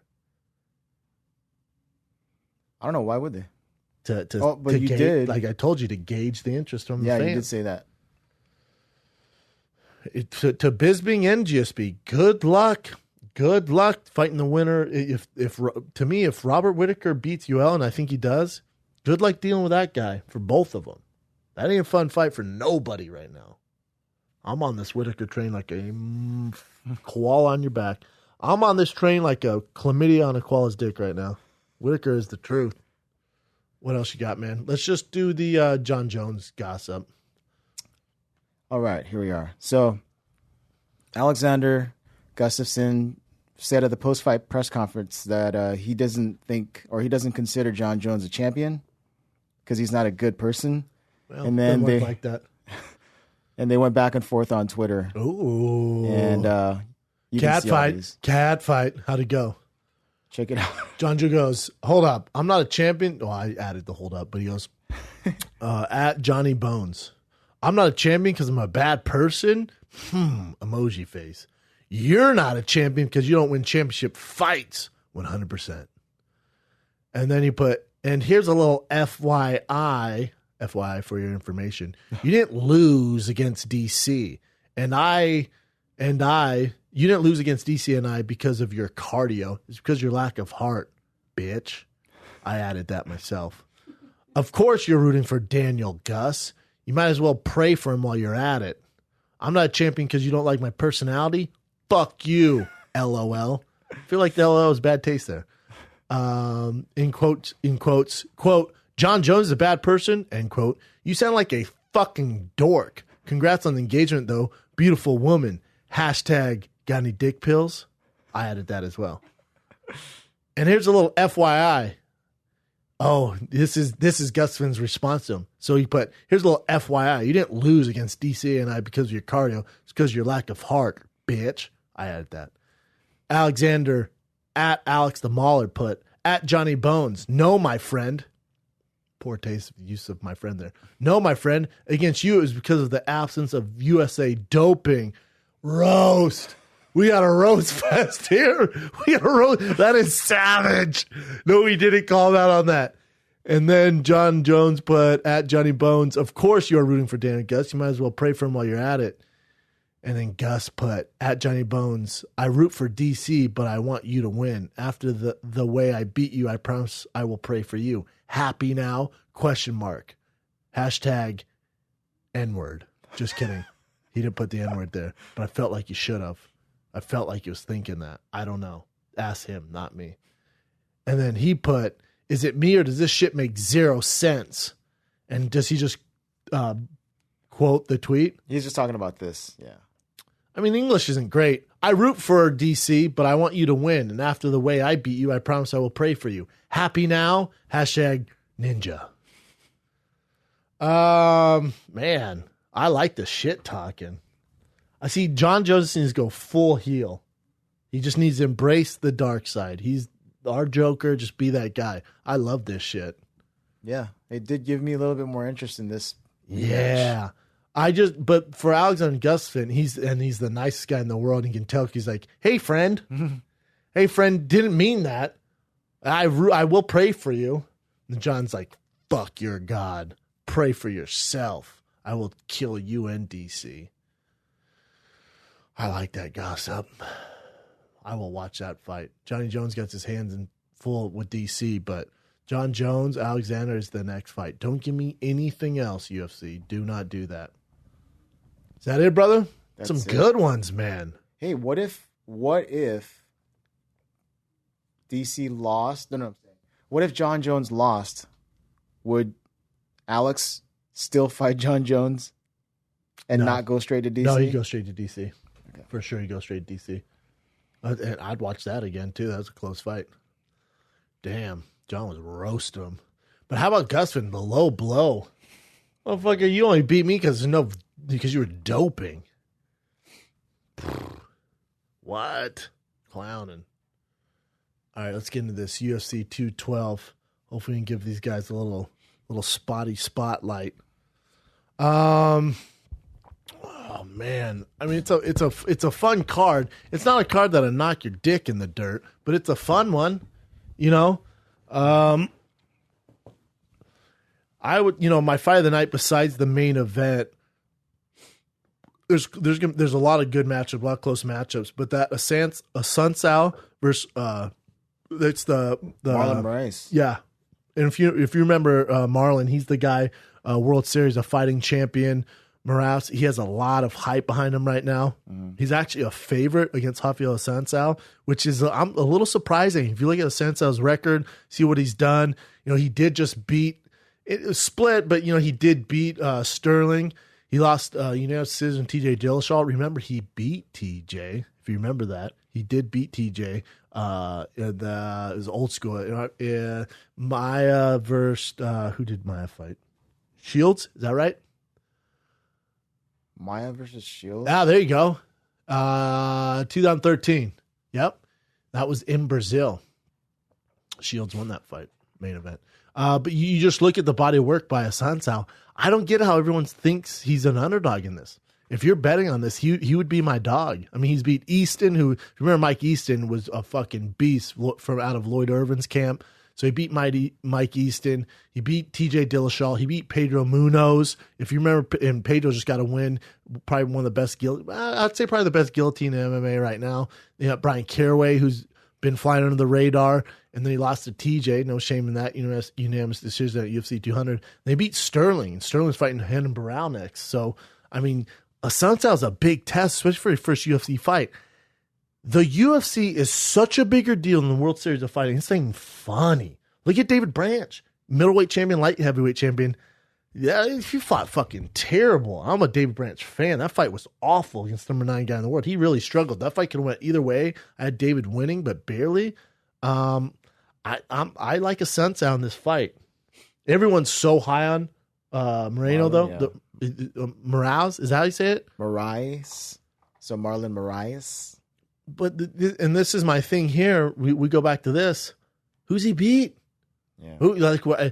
We get on these hype trains. Everyone's on this huge hype train with Francis Ngannou. I always go back. What have you done? What have you done? If you think being Josh Hill and Joseph Barraz and fucking Cody Bollinger and all these guys, if you think that has anything to do, granted he beat Miguel Torres, which is a big one, split decision, 2012, so that's a solid Miguel Torres. All right, I'll give him that. But if you look at Assunção's record, I mean, you're talking the who's who. He's a fucking tough customer. I like Assunção on this. Now, if Marlon gets by him, then the hype's real. But going off from World Series to the UFC and fighting Assunção for your first fight, good luck, man. That's a big. They're doing him no favors at all. So I like Assunção by decision in that one. Fucking, how about Eric Silva? He kicks off the main card. Eric the Timepiece Silva. You want to talk about a guy whose body has changed? And I hate bringing this stuff up, but that's why you guys listen to this shit, because you're not gonna hear this on UFC Tonight or any of these other bullshit MMA shows. But Eric Silva, you want to talk about a guy whose body has changed since USADA came in? That motherfucker went from Batman to Robin. I mean, he one of the best bodies of MMA, and then now he just a smooth dad bod. I mean, still a good body, but he looked fucking ridiculous. You look at his record. He always brings the fight. He lost to Neil Magny. He lost to Talib by KO. He got his submission, his last one. Whenever he fights the upper echelon guys, he never does well. He's one of those guys who struggles with the upper echelon guys. You look at his losses to Fitch, Dong Hung Kim, your boy, Matt Brown. He beat an older Josh Koscheck, but he lost to Neil Magny and Talib. And Talib's just on the cusp of getting there, but still. For a while there, he was a straight fucking murderer. He's always fun to watch, but he's always been hot, cold. And then, fighting Yancey. Yancey, another guy who always brings it. I'll tell you right now, this fight ain't going to decision. The chances of this fight going to decision are not good. Both these are hot, cold. I don't know if the loser gets walking papers, but Yancey's a guy who, anytime he fights, you want to watch. How many performances of the nights has he got? 1, 2, 3, 4 performances of the nights. He's a guy you want to watch. That's a fun fight. It's a great fight. I'll take Yancey. I'm just, for Eric Silva, with the USADA and all that, I'll take Yancey.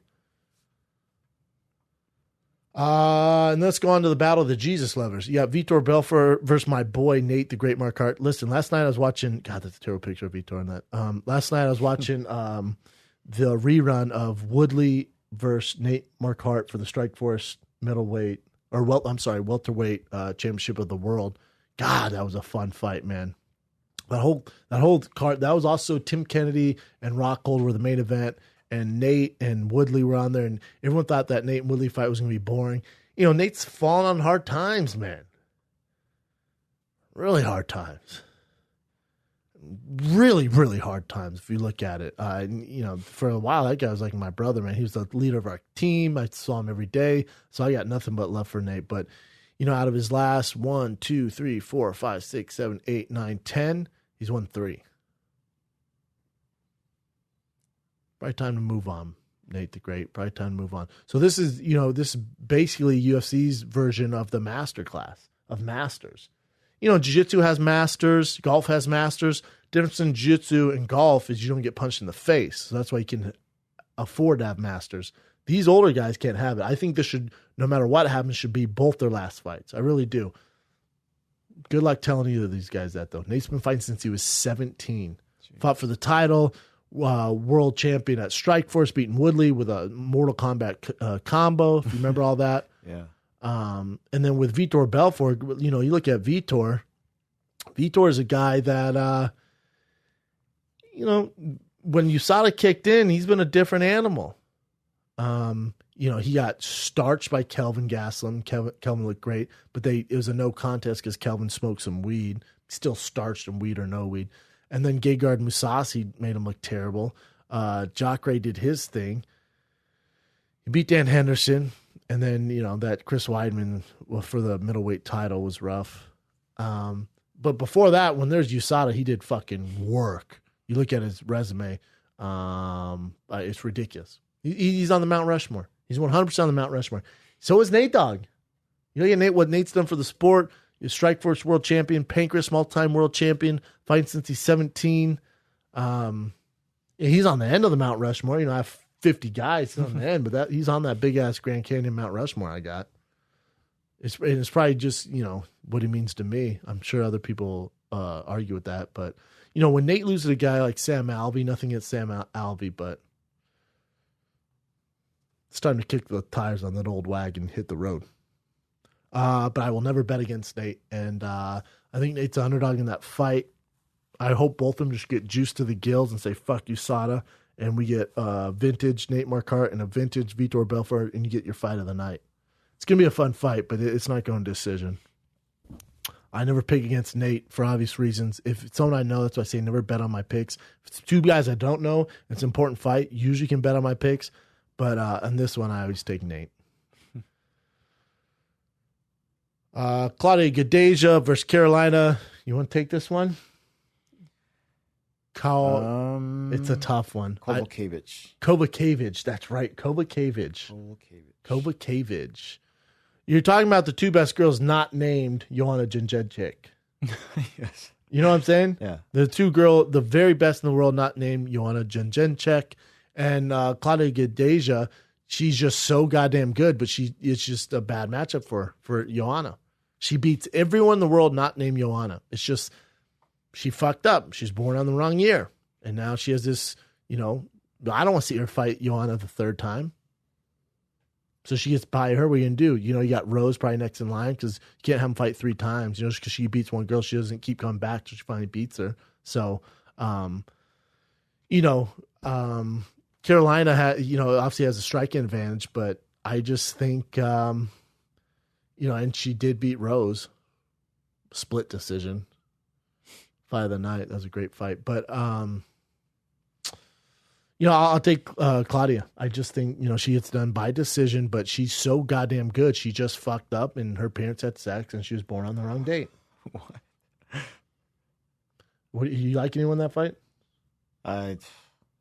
Not really. You know what? Since you picked Claudia, I'll just go ahead and pick Carolina. Why not? Carolina. Let's do the main event. Oh, it's a hell of a fight. Featherweight title fight. You got Max Holloway, the blessed one. How dare you refer to yourself as the blessed one? Nate's the blessed one. Vitor's blessed. Just kidding. I love it. 10 in a row. You know how fucking hard it is to get 10 wins these days? And his last loss with Conor McGregor, he had that split decision loss to Dennis Bermudez. And that was a young one. That was a young-ass Max Holloway. Remember, he got started in the UFC. He was super young, man. And everyone had all these high hopes for him. So he loses 2 in a row. He thinks he's going to get his walking papers. They give him a UFC newbie and Will Chope. He fucks that Will dude up, gets knocked out of the night, does fucking work, just destroys that kid. And he wins 10 in a row. But not only did he win 10 in a row, but he beats some tough guys. Cole Miller, never an easy opponent, always brings it. Cub Swanson, we all know how good Cub is. Charles Oliveira beats him. Jeremy Stevens smokes him. It was a unanimous decision, but he did work. Ricardo Lama is insanely tough. And then you got Anthony Pettis, which, obviously, it was his first fight there, but still. But that was for the interim featherweight championship belt.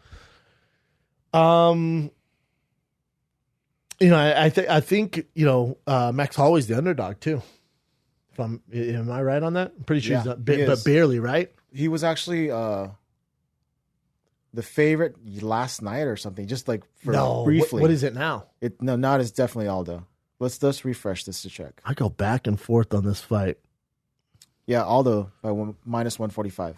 Minus 145, plus plus 125. 25. It's close. It's close pick. Nate, yeah. I mean, look at all those. Claudia is a huge favorite. Well, yeah. Like I said, best in the world, not named Joanna.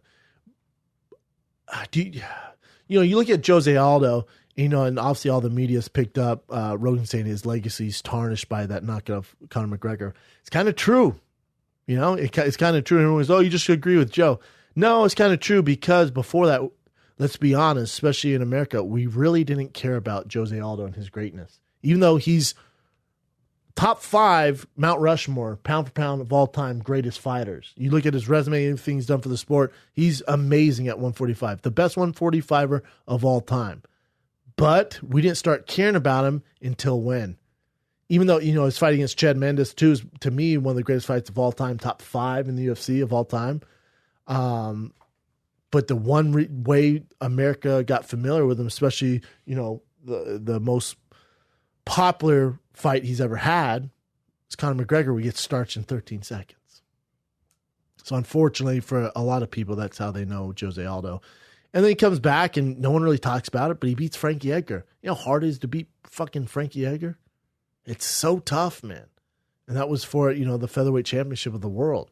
He beat Frankie Edgar at 200. No one really talks about that. Frankie Edgar's so good. We don't talk about it. I have a tough time picking against Jose Aldo, especially in Brazil. I really do. Max Holloway's going to have a few advantages with his height, his reach. I think his boxing's better. His Muay Thai's not better. And I don't think his wrestling's better than Jose Aldo. Jose Aldo's beat tougher guys. Jose Aldo's only lost once to Conor McGregor.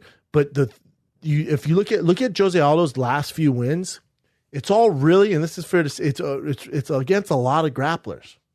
A pure grappler, their background. Frank Edgar's amazing striker. His background's wrestling. Chad Mendes, amazing freaking athlete. Can't wait for him to come back. He's a grappler. Ricardo Lamas, he's a grappler. So a lot of his, big wins are from guys grappling in general. The one thing you can be like, well, he kind of, he struggled with Conor McGregor. Struggled, yeah. You'd say, he got caught. In 13 seconds, it's fair to say he got caught. When he fights an elite striker, and Max Holloway is an elite striker, and he's big. Is he good enough to beat Jose Aldo? God, this is a tough fight for me to pick. You like anyone on this? I don't. Once again, even. Let me look at the picture. Again. I'll say this. And this is what's going to sway me. I hate riding the fence. I fucking hate when people do that. Max Holloway, he has a 10-fight win streak. He has momentum. He believes in everything he says. He wants to fight. Jose Aldo retired. Very retired. He hated that Conor McGregor stuff. I think Conor McGregor kind of fucked up his mental space. I will take Max Holloway just off of his freaking heart and drive and his determination to become the legit 145 champ of the world. He doesn't care that it's in Brazil. He doesn't care about any of that. I like Max Holloway's confident. I like his frame of mind right now, and that means so much at this level. I'm going to take Max Holloway in a decision. Hopefully he doesn't get fucked over by Brazilian judges. Close decision? Close. Close. If anyone gets stopped, it's Max Holloway stopping Jose Aldo, though, with his fist, with his boxing. His range, he's good at mixing up. Hopefully Max Holloway has an answer for those vicious leg kicks. I'm sure he does. You don't fight Jose Aldo without those, having some sort of game plan for those leg kicks. You dig it? I dig it. Boom. So I'm taking Rafael. I'm taking Yancey. I'm taking Nate Marquardt. That one has an asterisk next to it. Don't bet on that one. I'm taking Claudio Gadeja, and I'm taking Max Holloway for my UFC 212 picks this weekend. We are doing a fight paying for it, you filthy animals. Take 2 baths. As my girl fucking Geronimi says, take 2 baths, son. Is that it, bro? That's it, dude. Ladies and gentlemen, we have one hell of a special guest. Bellator's newest and finest, one of the best light heavyweights in the world. I say the best body at light heavyweight, too. I'll give you that, Ryan. Everybody, It's Ryan Bader. What's up, brother? What's going on, guys? How you doing, man? I'm doing great. Just middle of camp, so just, you know how that goes. I'm just keeping my head down, powering through. Looking forward to that date when you get to go out there and fight Madison Square Garden, for the title. So I'm super excited. It's been refreshing and motivating, switching over to Bellator. I'm getting the opportunity to fight for a title, so I'm ready to go. Yeah. Do you feel, with this, signing with Bellator, and it kind of started, when Phil Davis signed with Bellator, I texted him, I said, you're the Rosa Parks of fighters, man. You're the guy that decided, not to get in the back of the bus and try to test the waters. And he's kind of started this whole movement now. And you look at the new Bellator signings, with yourself, Chael Sonnen, Roy McDonald, Roy Nelson, you see this kind of trend of guys moving over there. And for a vet like you, who's fought everybody in the light heavyweight division, you're ranked, overall number 3 in the world. Do you feel like this is a new start for you, like a new chapter? Yeah, it was really refreshing. I keep bringing that word up, but it was just one of those things, when it came time to decide, whether I was going to fight my contract out or not. UFC comes to you with 1 fight left, so I fought my fight with Ilir Latifi in Germany, ended up knocking him out. And then I took a fight with Nogueira because Gustafsson pulled out. They're 7 weeks away. It was a 5-round fight, so I took that. And it was kind of like one of those things like, oh, we need to get you on another contract also. And I said, I'm good. I'm going to fight this out. So I did. And went and met with Scott Coker and the boys and just liked what they had to say. I asked them what their plan was for me, what plan was for Bellator in the future, and I liked that. And got a great contract. And then, the next day after I signed the paper, they come out that they're fighting in Madison Square Garden in New York and doing a pay-per-view. So kind of just reassured me that I was doing the right thing. And so I've been super happy. I went to my first Bellator event, a couple months ago. And, light heavyweight division stacked in Bellator, and I'm feeling good about it and going out there and being able to fight getting the opportunity to fight for the title right away. Yeah, that's pretty special because originally you weren't slated to fight Phil Davis, which I was surprised when they made the announcement. Originally it was King Mo, correct? Yeah, so we had we talked and we wanted Phil Davis right away. Okay. And for whatever happened, they said, well, if you wait and maybe wait around almost till November, you can get it. We said, no, we want to fight on the New York card, so just give us whoever. And King Mo it was, and then he ended up getting injured or whatnot, and then they put Phil Davis in, so we got the best of both worlds fighting for the title in Madison Square Garden, so everything's great. I'm super excited, and I'm glad I made the switch. Do you feel any added pressure because, you could have very well signed with the UFC and done your thing there, and, you're still a phenomenal fighter, still a top 3 guy in the division. Or, now you make the switch to Bellator. Do you feel like there's pressure or you need to prove to anyone, your fans, your coaches, your team, maybe Dana White in the UFC that this was the right choice?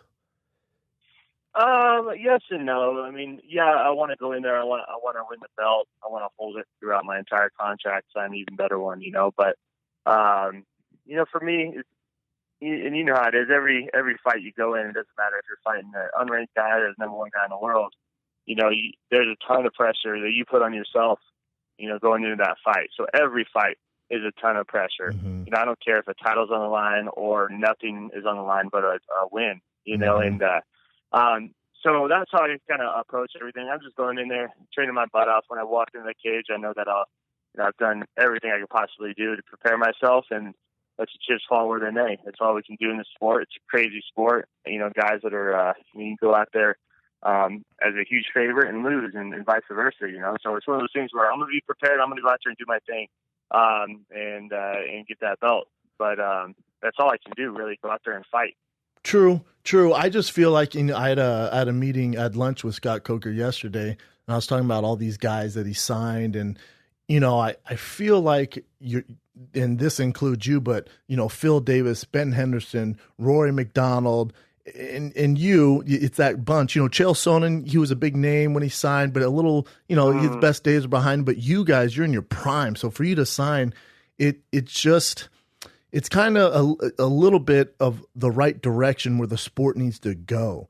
Because I think if guys can look at Phil, if guys can look at Rory, if guys can look at Ryan Bader and go, these guys did it, man. Look how good they're doing. Because if you look at the other guys, they're like, nah, I'm just going to stay in UFC. It's too scary. Because you know how it is. It's scary, man. When you're, man, should I go to Bellator? Should I sign with UFC? It's one of the toughest decisions in your life.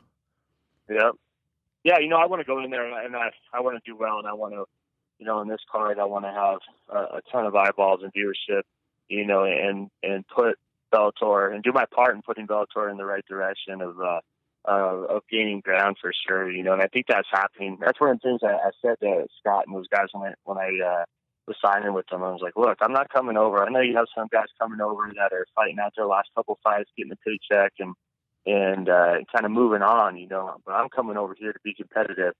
I'm better now than I ever was in the UFC. I'm coming over to win your belt and to keep that belt for however long, and on this card, you got, legit guys, on this card from, Michael Chandler, me, you have other, Larkin, you have other UFC Lima, guys, Larkin on there, it's just, and so coming over here, we want to do well. I want to represent myself, and I want to represent Bellator. I want to get viewership. I want to do it all. So, I think this is a good push for Bellator right here with this big card, and it's not one of those cards where there's like, it's the Veterans League or the Has-Beens League. You have legit contenders, so.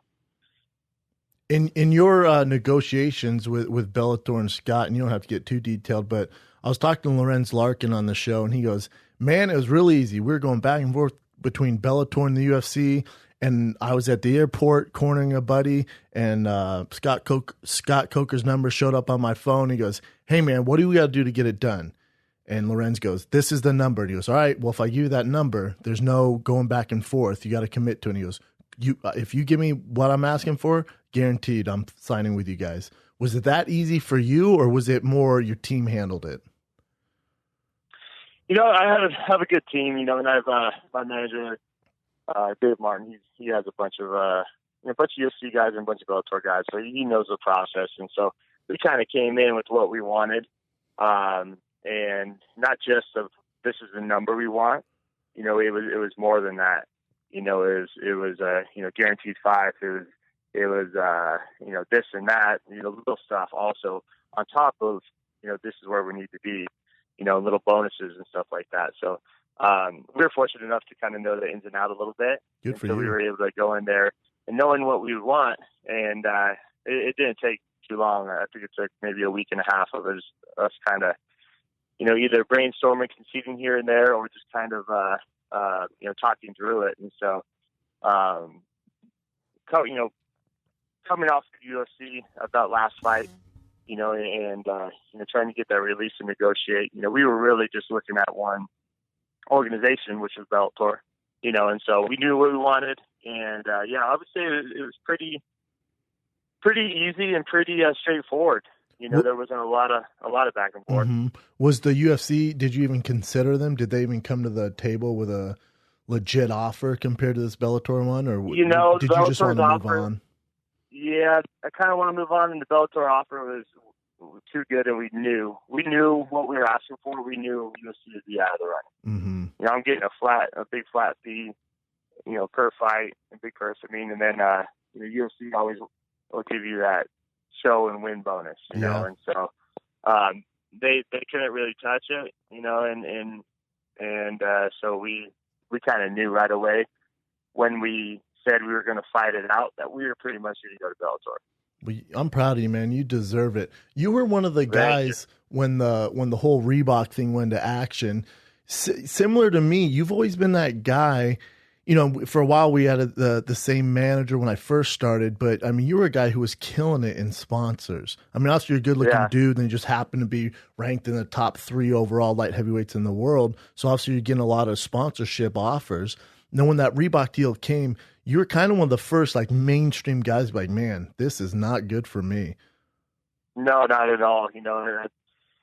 I cut my pay probably like more than I got a quarter of what I got, from Reebok there, so I get to go back to getting those sponsors, and you have these guys saying, oh, sponsorship is dead and whatnot, but those are the guys that the managers are lazy and they're poaching off to everybody else. Yep. They're calling, the patch they see on somebody else's short, and they already have a predetermined thing where they're like, all right, we'll give you $1,500 if you're on the prelims and yep. $5,000 or whatever if you're on the main card of an event. I've had these sponsors forever. Now I get to represent them to the fullest. American Ethanol, Cytosport, those kind of sponsors that have even set by when Reebok, was around. Wow. Yeah, to a lower level, but now they're full fledged again. So I'm back at getting the same amount as the heyday in UFC sponsorships. In one fight, removed from the UFC. And so that's huge. Huge for me. It's a big chunk of money, and so I bought my 20th fight in the UFC, and I was making $15,000 in sponsorships when I've made 80 before in the UFC, if not more. Mm-hmm. Mm-hmm. Yeah, I mean, it's a huge factor for a lot of guys, especially like I said, for a guy like you who's always been marketable and always had sponsors, and I feel like once that happened, it kind of pointed you in the right direction as far as signing with Bellator, at least being open to other options, and what people don't realize is competition's a good thing. It's good for the UFC. It's good for Bellator. It's good for Scott. It's good for Dana. It's good for Ryan Bader. Yep. It's good for everybody, man. Oh yeah. Going out there and testing the free agency and seeing what you're worth. I was 7-1 in my last 8 fights. For me, there's about opportunity also. In the UFC, I lost some big fights that would have got me the title shot, but there's also time there when I could have been put right into a title shot. Yeah. It was teed up for me, and mm-hmm. and the biggest thing for me was I was last 5 fights I won. I was sitting there and I called Dana White, and I was going to fight Cormier. I was already slated to fight him anyway. For the title, and I was asking for that shot, and he said, just go out there and win your next one against Rashad, and we'll give it to you. And I said, well, who are you going to give the shot to? And he said, Gustafson. I said, off a knockout loss, you're going to give him a title shot? That's crazy. And he's like, yeah. And so, that was kind of the straw that broke the camel's back right there. Mm-hmm. I just stopped worrying about it from then on and just fought my fights and eventually moved on. So, yeah, look where you're at now, man. Doesn't get much bigger than Madison Square Garden. How excited are you to get into that cage in Madison Square Garden? Oh, super excited. I got a bunch of friends and family going over there. You're in New York, you're in Madison Square Garden. We're weighing in on the scale that Frazier and Ali weighed in on. So that's huge. I'm super excited. It's a pinnacle arena. It's a bucket list kind of arena for any fighter. So, for me to not only fight there, but to fight for the title and have it all come to fruition. I've had an athletic career since I was 6 years old. I've won all kinds of stuff in football and wrestling, and then one thing that's eluded me is a mixed martial arts belt. I never was in any promotion before the UFC where I stuck around for more than one fight, and then I got on the Ultimate Fighter. Mm-hmm. Yeah, I won the Ultimate Fighter, but still, it was, UFC. I never got the chance to fight for a belt. So that's one of my goals, to win a mixed martial arts belt. I didn't even have one from a small show. So to do that in Madison Square Garden would be huge. Yeah, it doesn't get much bigger than that. And I love you and Phil are two of my faves, man. You know this. Both you guys are my boys, so I'm not gonna make a pick right now. But the first fight, I don't think it's gonna be, the first fight with almost 2 years ago when you guys fought. Yeah. That fight's not winning any awards as far as excitement. I've been there, man. Sometimes it's matchups. My fight with Arlovsky is a real snooze fest. Sometimes it happens, man. Yep. You ended up edging Phil Davis out, split decision victory. And I like I said, I had lunch with Scott yesterday, and I was telling him, I said, you know what I think's going to be the most exciting fight on this card? There's all these great fights. He goes, which one? I went, I like Bader and Phil. They fought before. They're so much better now. Their striking's better. Their wrestling neutralizes each other. I think this is going to be the banger on the card. And he goes, really? I went, I do, man. How do you see it going different? Yeah, when I look back to that fight, I was just, and you know how it is when I walked out of that fight and was like, man, I felt weird in there that night. It was at 3 a.m. It was in Sweden. We the full week prior, we never saw the sun because it came up from 8 in the morning to 11 a.m. and we were sleeping in, to fight at 3 a.m. And so I remember just being in there and just being lackadaisical and kind of like slow, and so. For me, it's just I feel like I've grown more than Phil in that time span, mentally and physically. My boxing, my striking's gotten a lot better. I've gotten more comfortable in the cage. But I think the biggest strides I've made it really are mentally. I feel like I can go out there and beat anybody. In my last two fights, before my Ilir Latifi fight, I just said, you know what, I'm going to go out there. I'm not going to make a big deal about this. Every time I walked out of the cage, whether it's win or lose, I've been fine, and if I've lost, I've always wanted to jump right back in there. So go out there, have fun, don't make it bigger than what it is, and you're gonna be fine. And I go out there and I finish Latifi, I finish Nogueira, and I'm bringing that same mentality into this fight. So I think that's a big thing. I'm they're getting in my own way, so I'm just getting that out of my head and going in there and having fun and fighting. Good for you, man. Did you work with a mental coach to get to that spot? Because for me, I always put so much pressure on myself, and I thought I have to win this fight. I got to do this to this guy. I got to take care of this. And I made it such a big deal. It was like every fight with the Super Bowl. And I saw a mental coach, and it really didn't help that much. Yeah, I have a kind of like I don't even know how to explain it. He's kind of a masseuse. He does like really good like sports massage and he's a weird dude, but he can we talk about stuff. So if you kind of call that kind of mental coach, but it's here and there. But for me, it's just kind of like looking inside myself and saying, all right, what's the problem here? And what's holding you back? And one was do I deserve to be a champion? Am I that good and whatnot? And I think I just got over that hump and going out there and knowing I could beat anybody in the world at any given time. And so, and the biggest thing for me was just trying not to overanalyze everything, not going in there and be like, all right, if he does this, I'm going to do this. And if he does that, I'm going to do that never works out. You're going to get in there and whatever's going to happen is going to happen. And so I try not to think about anything in the back. I'm trying to keep it light, laughing. If I find myself kind of getting quiet in that zone, I'll snap out of it and be like, all right, I'm prepared. There's nothing else I can do. Let's just get out there and do this, because once it starts, you're good. It's all the hoopla before, and so good for you, man. That's a big part, yeah. It doesn't sound like you have a mental coach. Sounds like you have a therapist who's a beast at massages. That's what it sounds like. I think that's what it is. I thought it was like, Joe, his name is Joe. I'm like, you're a weirdo, but I love it. I'd love to see a picture of this guy. And if he's in New York, I'd like him to get his hands on me. I could use some of that, to be honest with you. Yeah, I think he's going to come out. I'll get you hooked up with him. Oh, I love it, man. Well, I always support you, brother. And I'm looking forward to your fight. I'll be out there. I'm actually part of the Spike team for that big fight. So awesome. I'll be hyping this one up, man. And I have my live show on the 22nd. So if you're bored in your hotel room, man, come on out. I think you'll have a good time. Hell yeah. Yeah. Congrats on all your success outside the cage, buddy. Thanks, man. I'll talk to you in New York, brother. Wishing you the best of luck. Stay healthy. And don't let that masseuse get too comfortable with you, brother. Nah, I won't. I'll send him to your room. All right, brother. Love you, man. Take care. Later. I feel like this is the longest big round we've ever had. It's probably the longest. Yep. I'm just chatty Cathy today. I was crunk for this one. I wore my summer wardrobe for you guys. We had Ryan Bader on. It's also the last one we're going to do before we take off to Australia, so I wanted to leave you guys with a little something to chomp on. All right, man. Well, as always,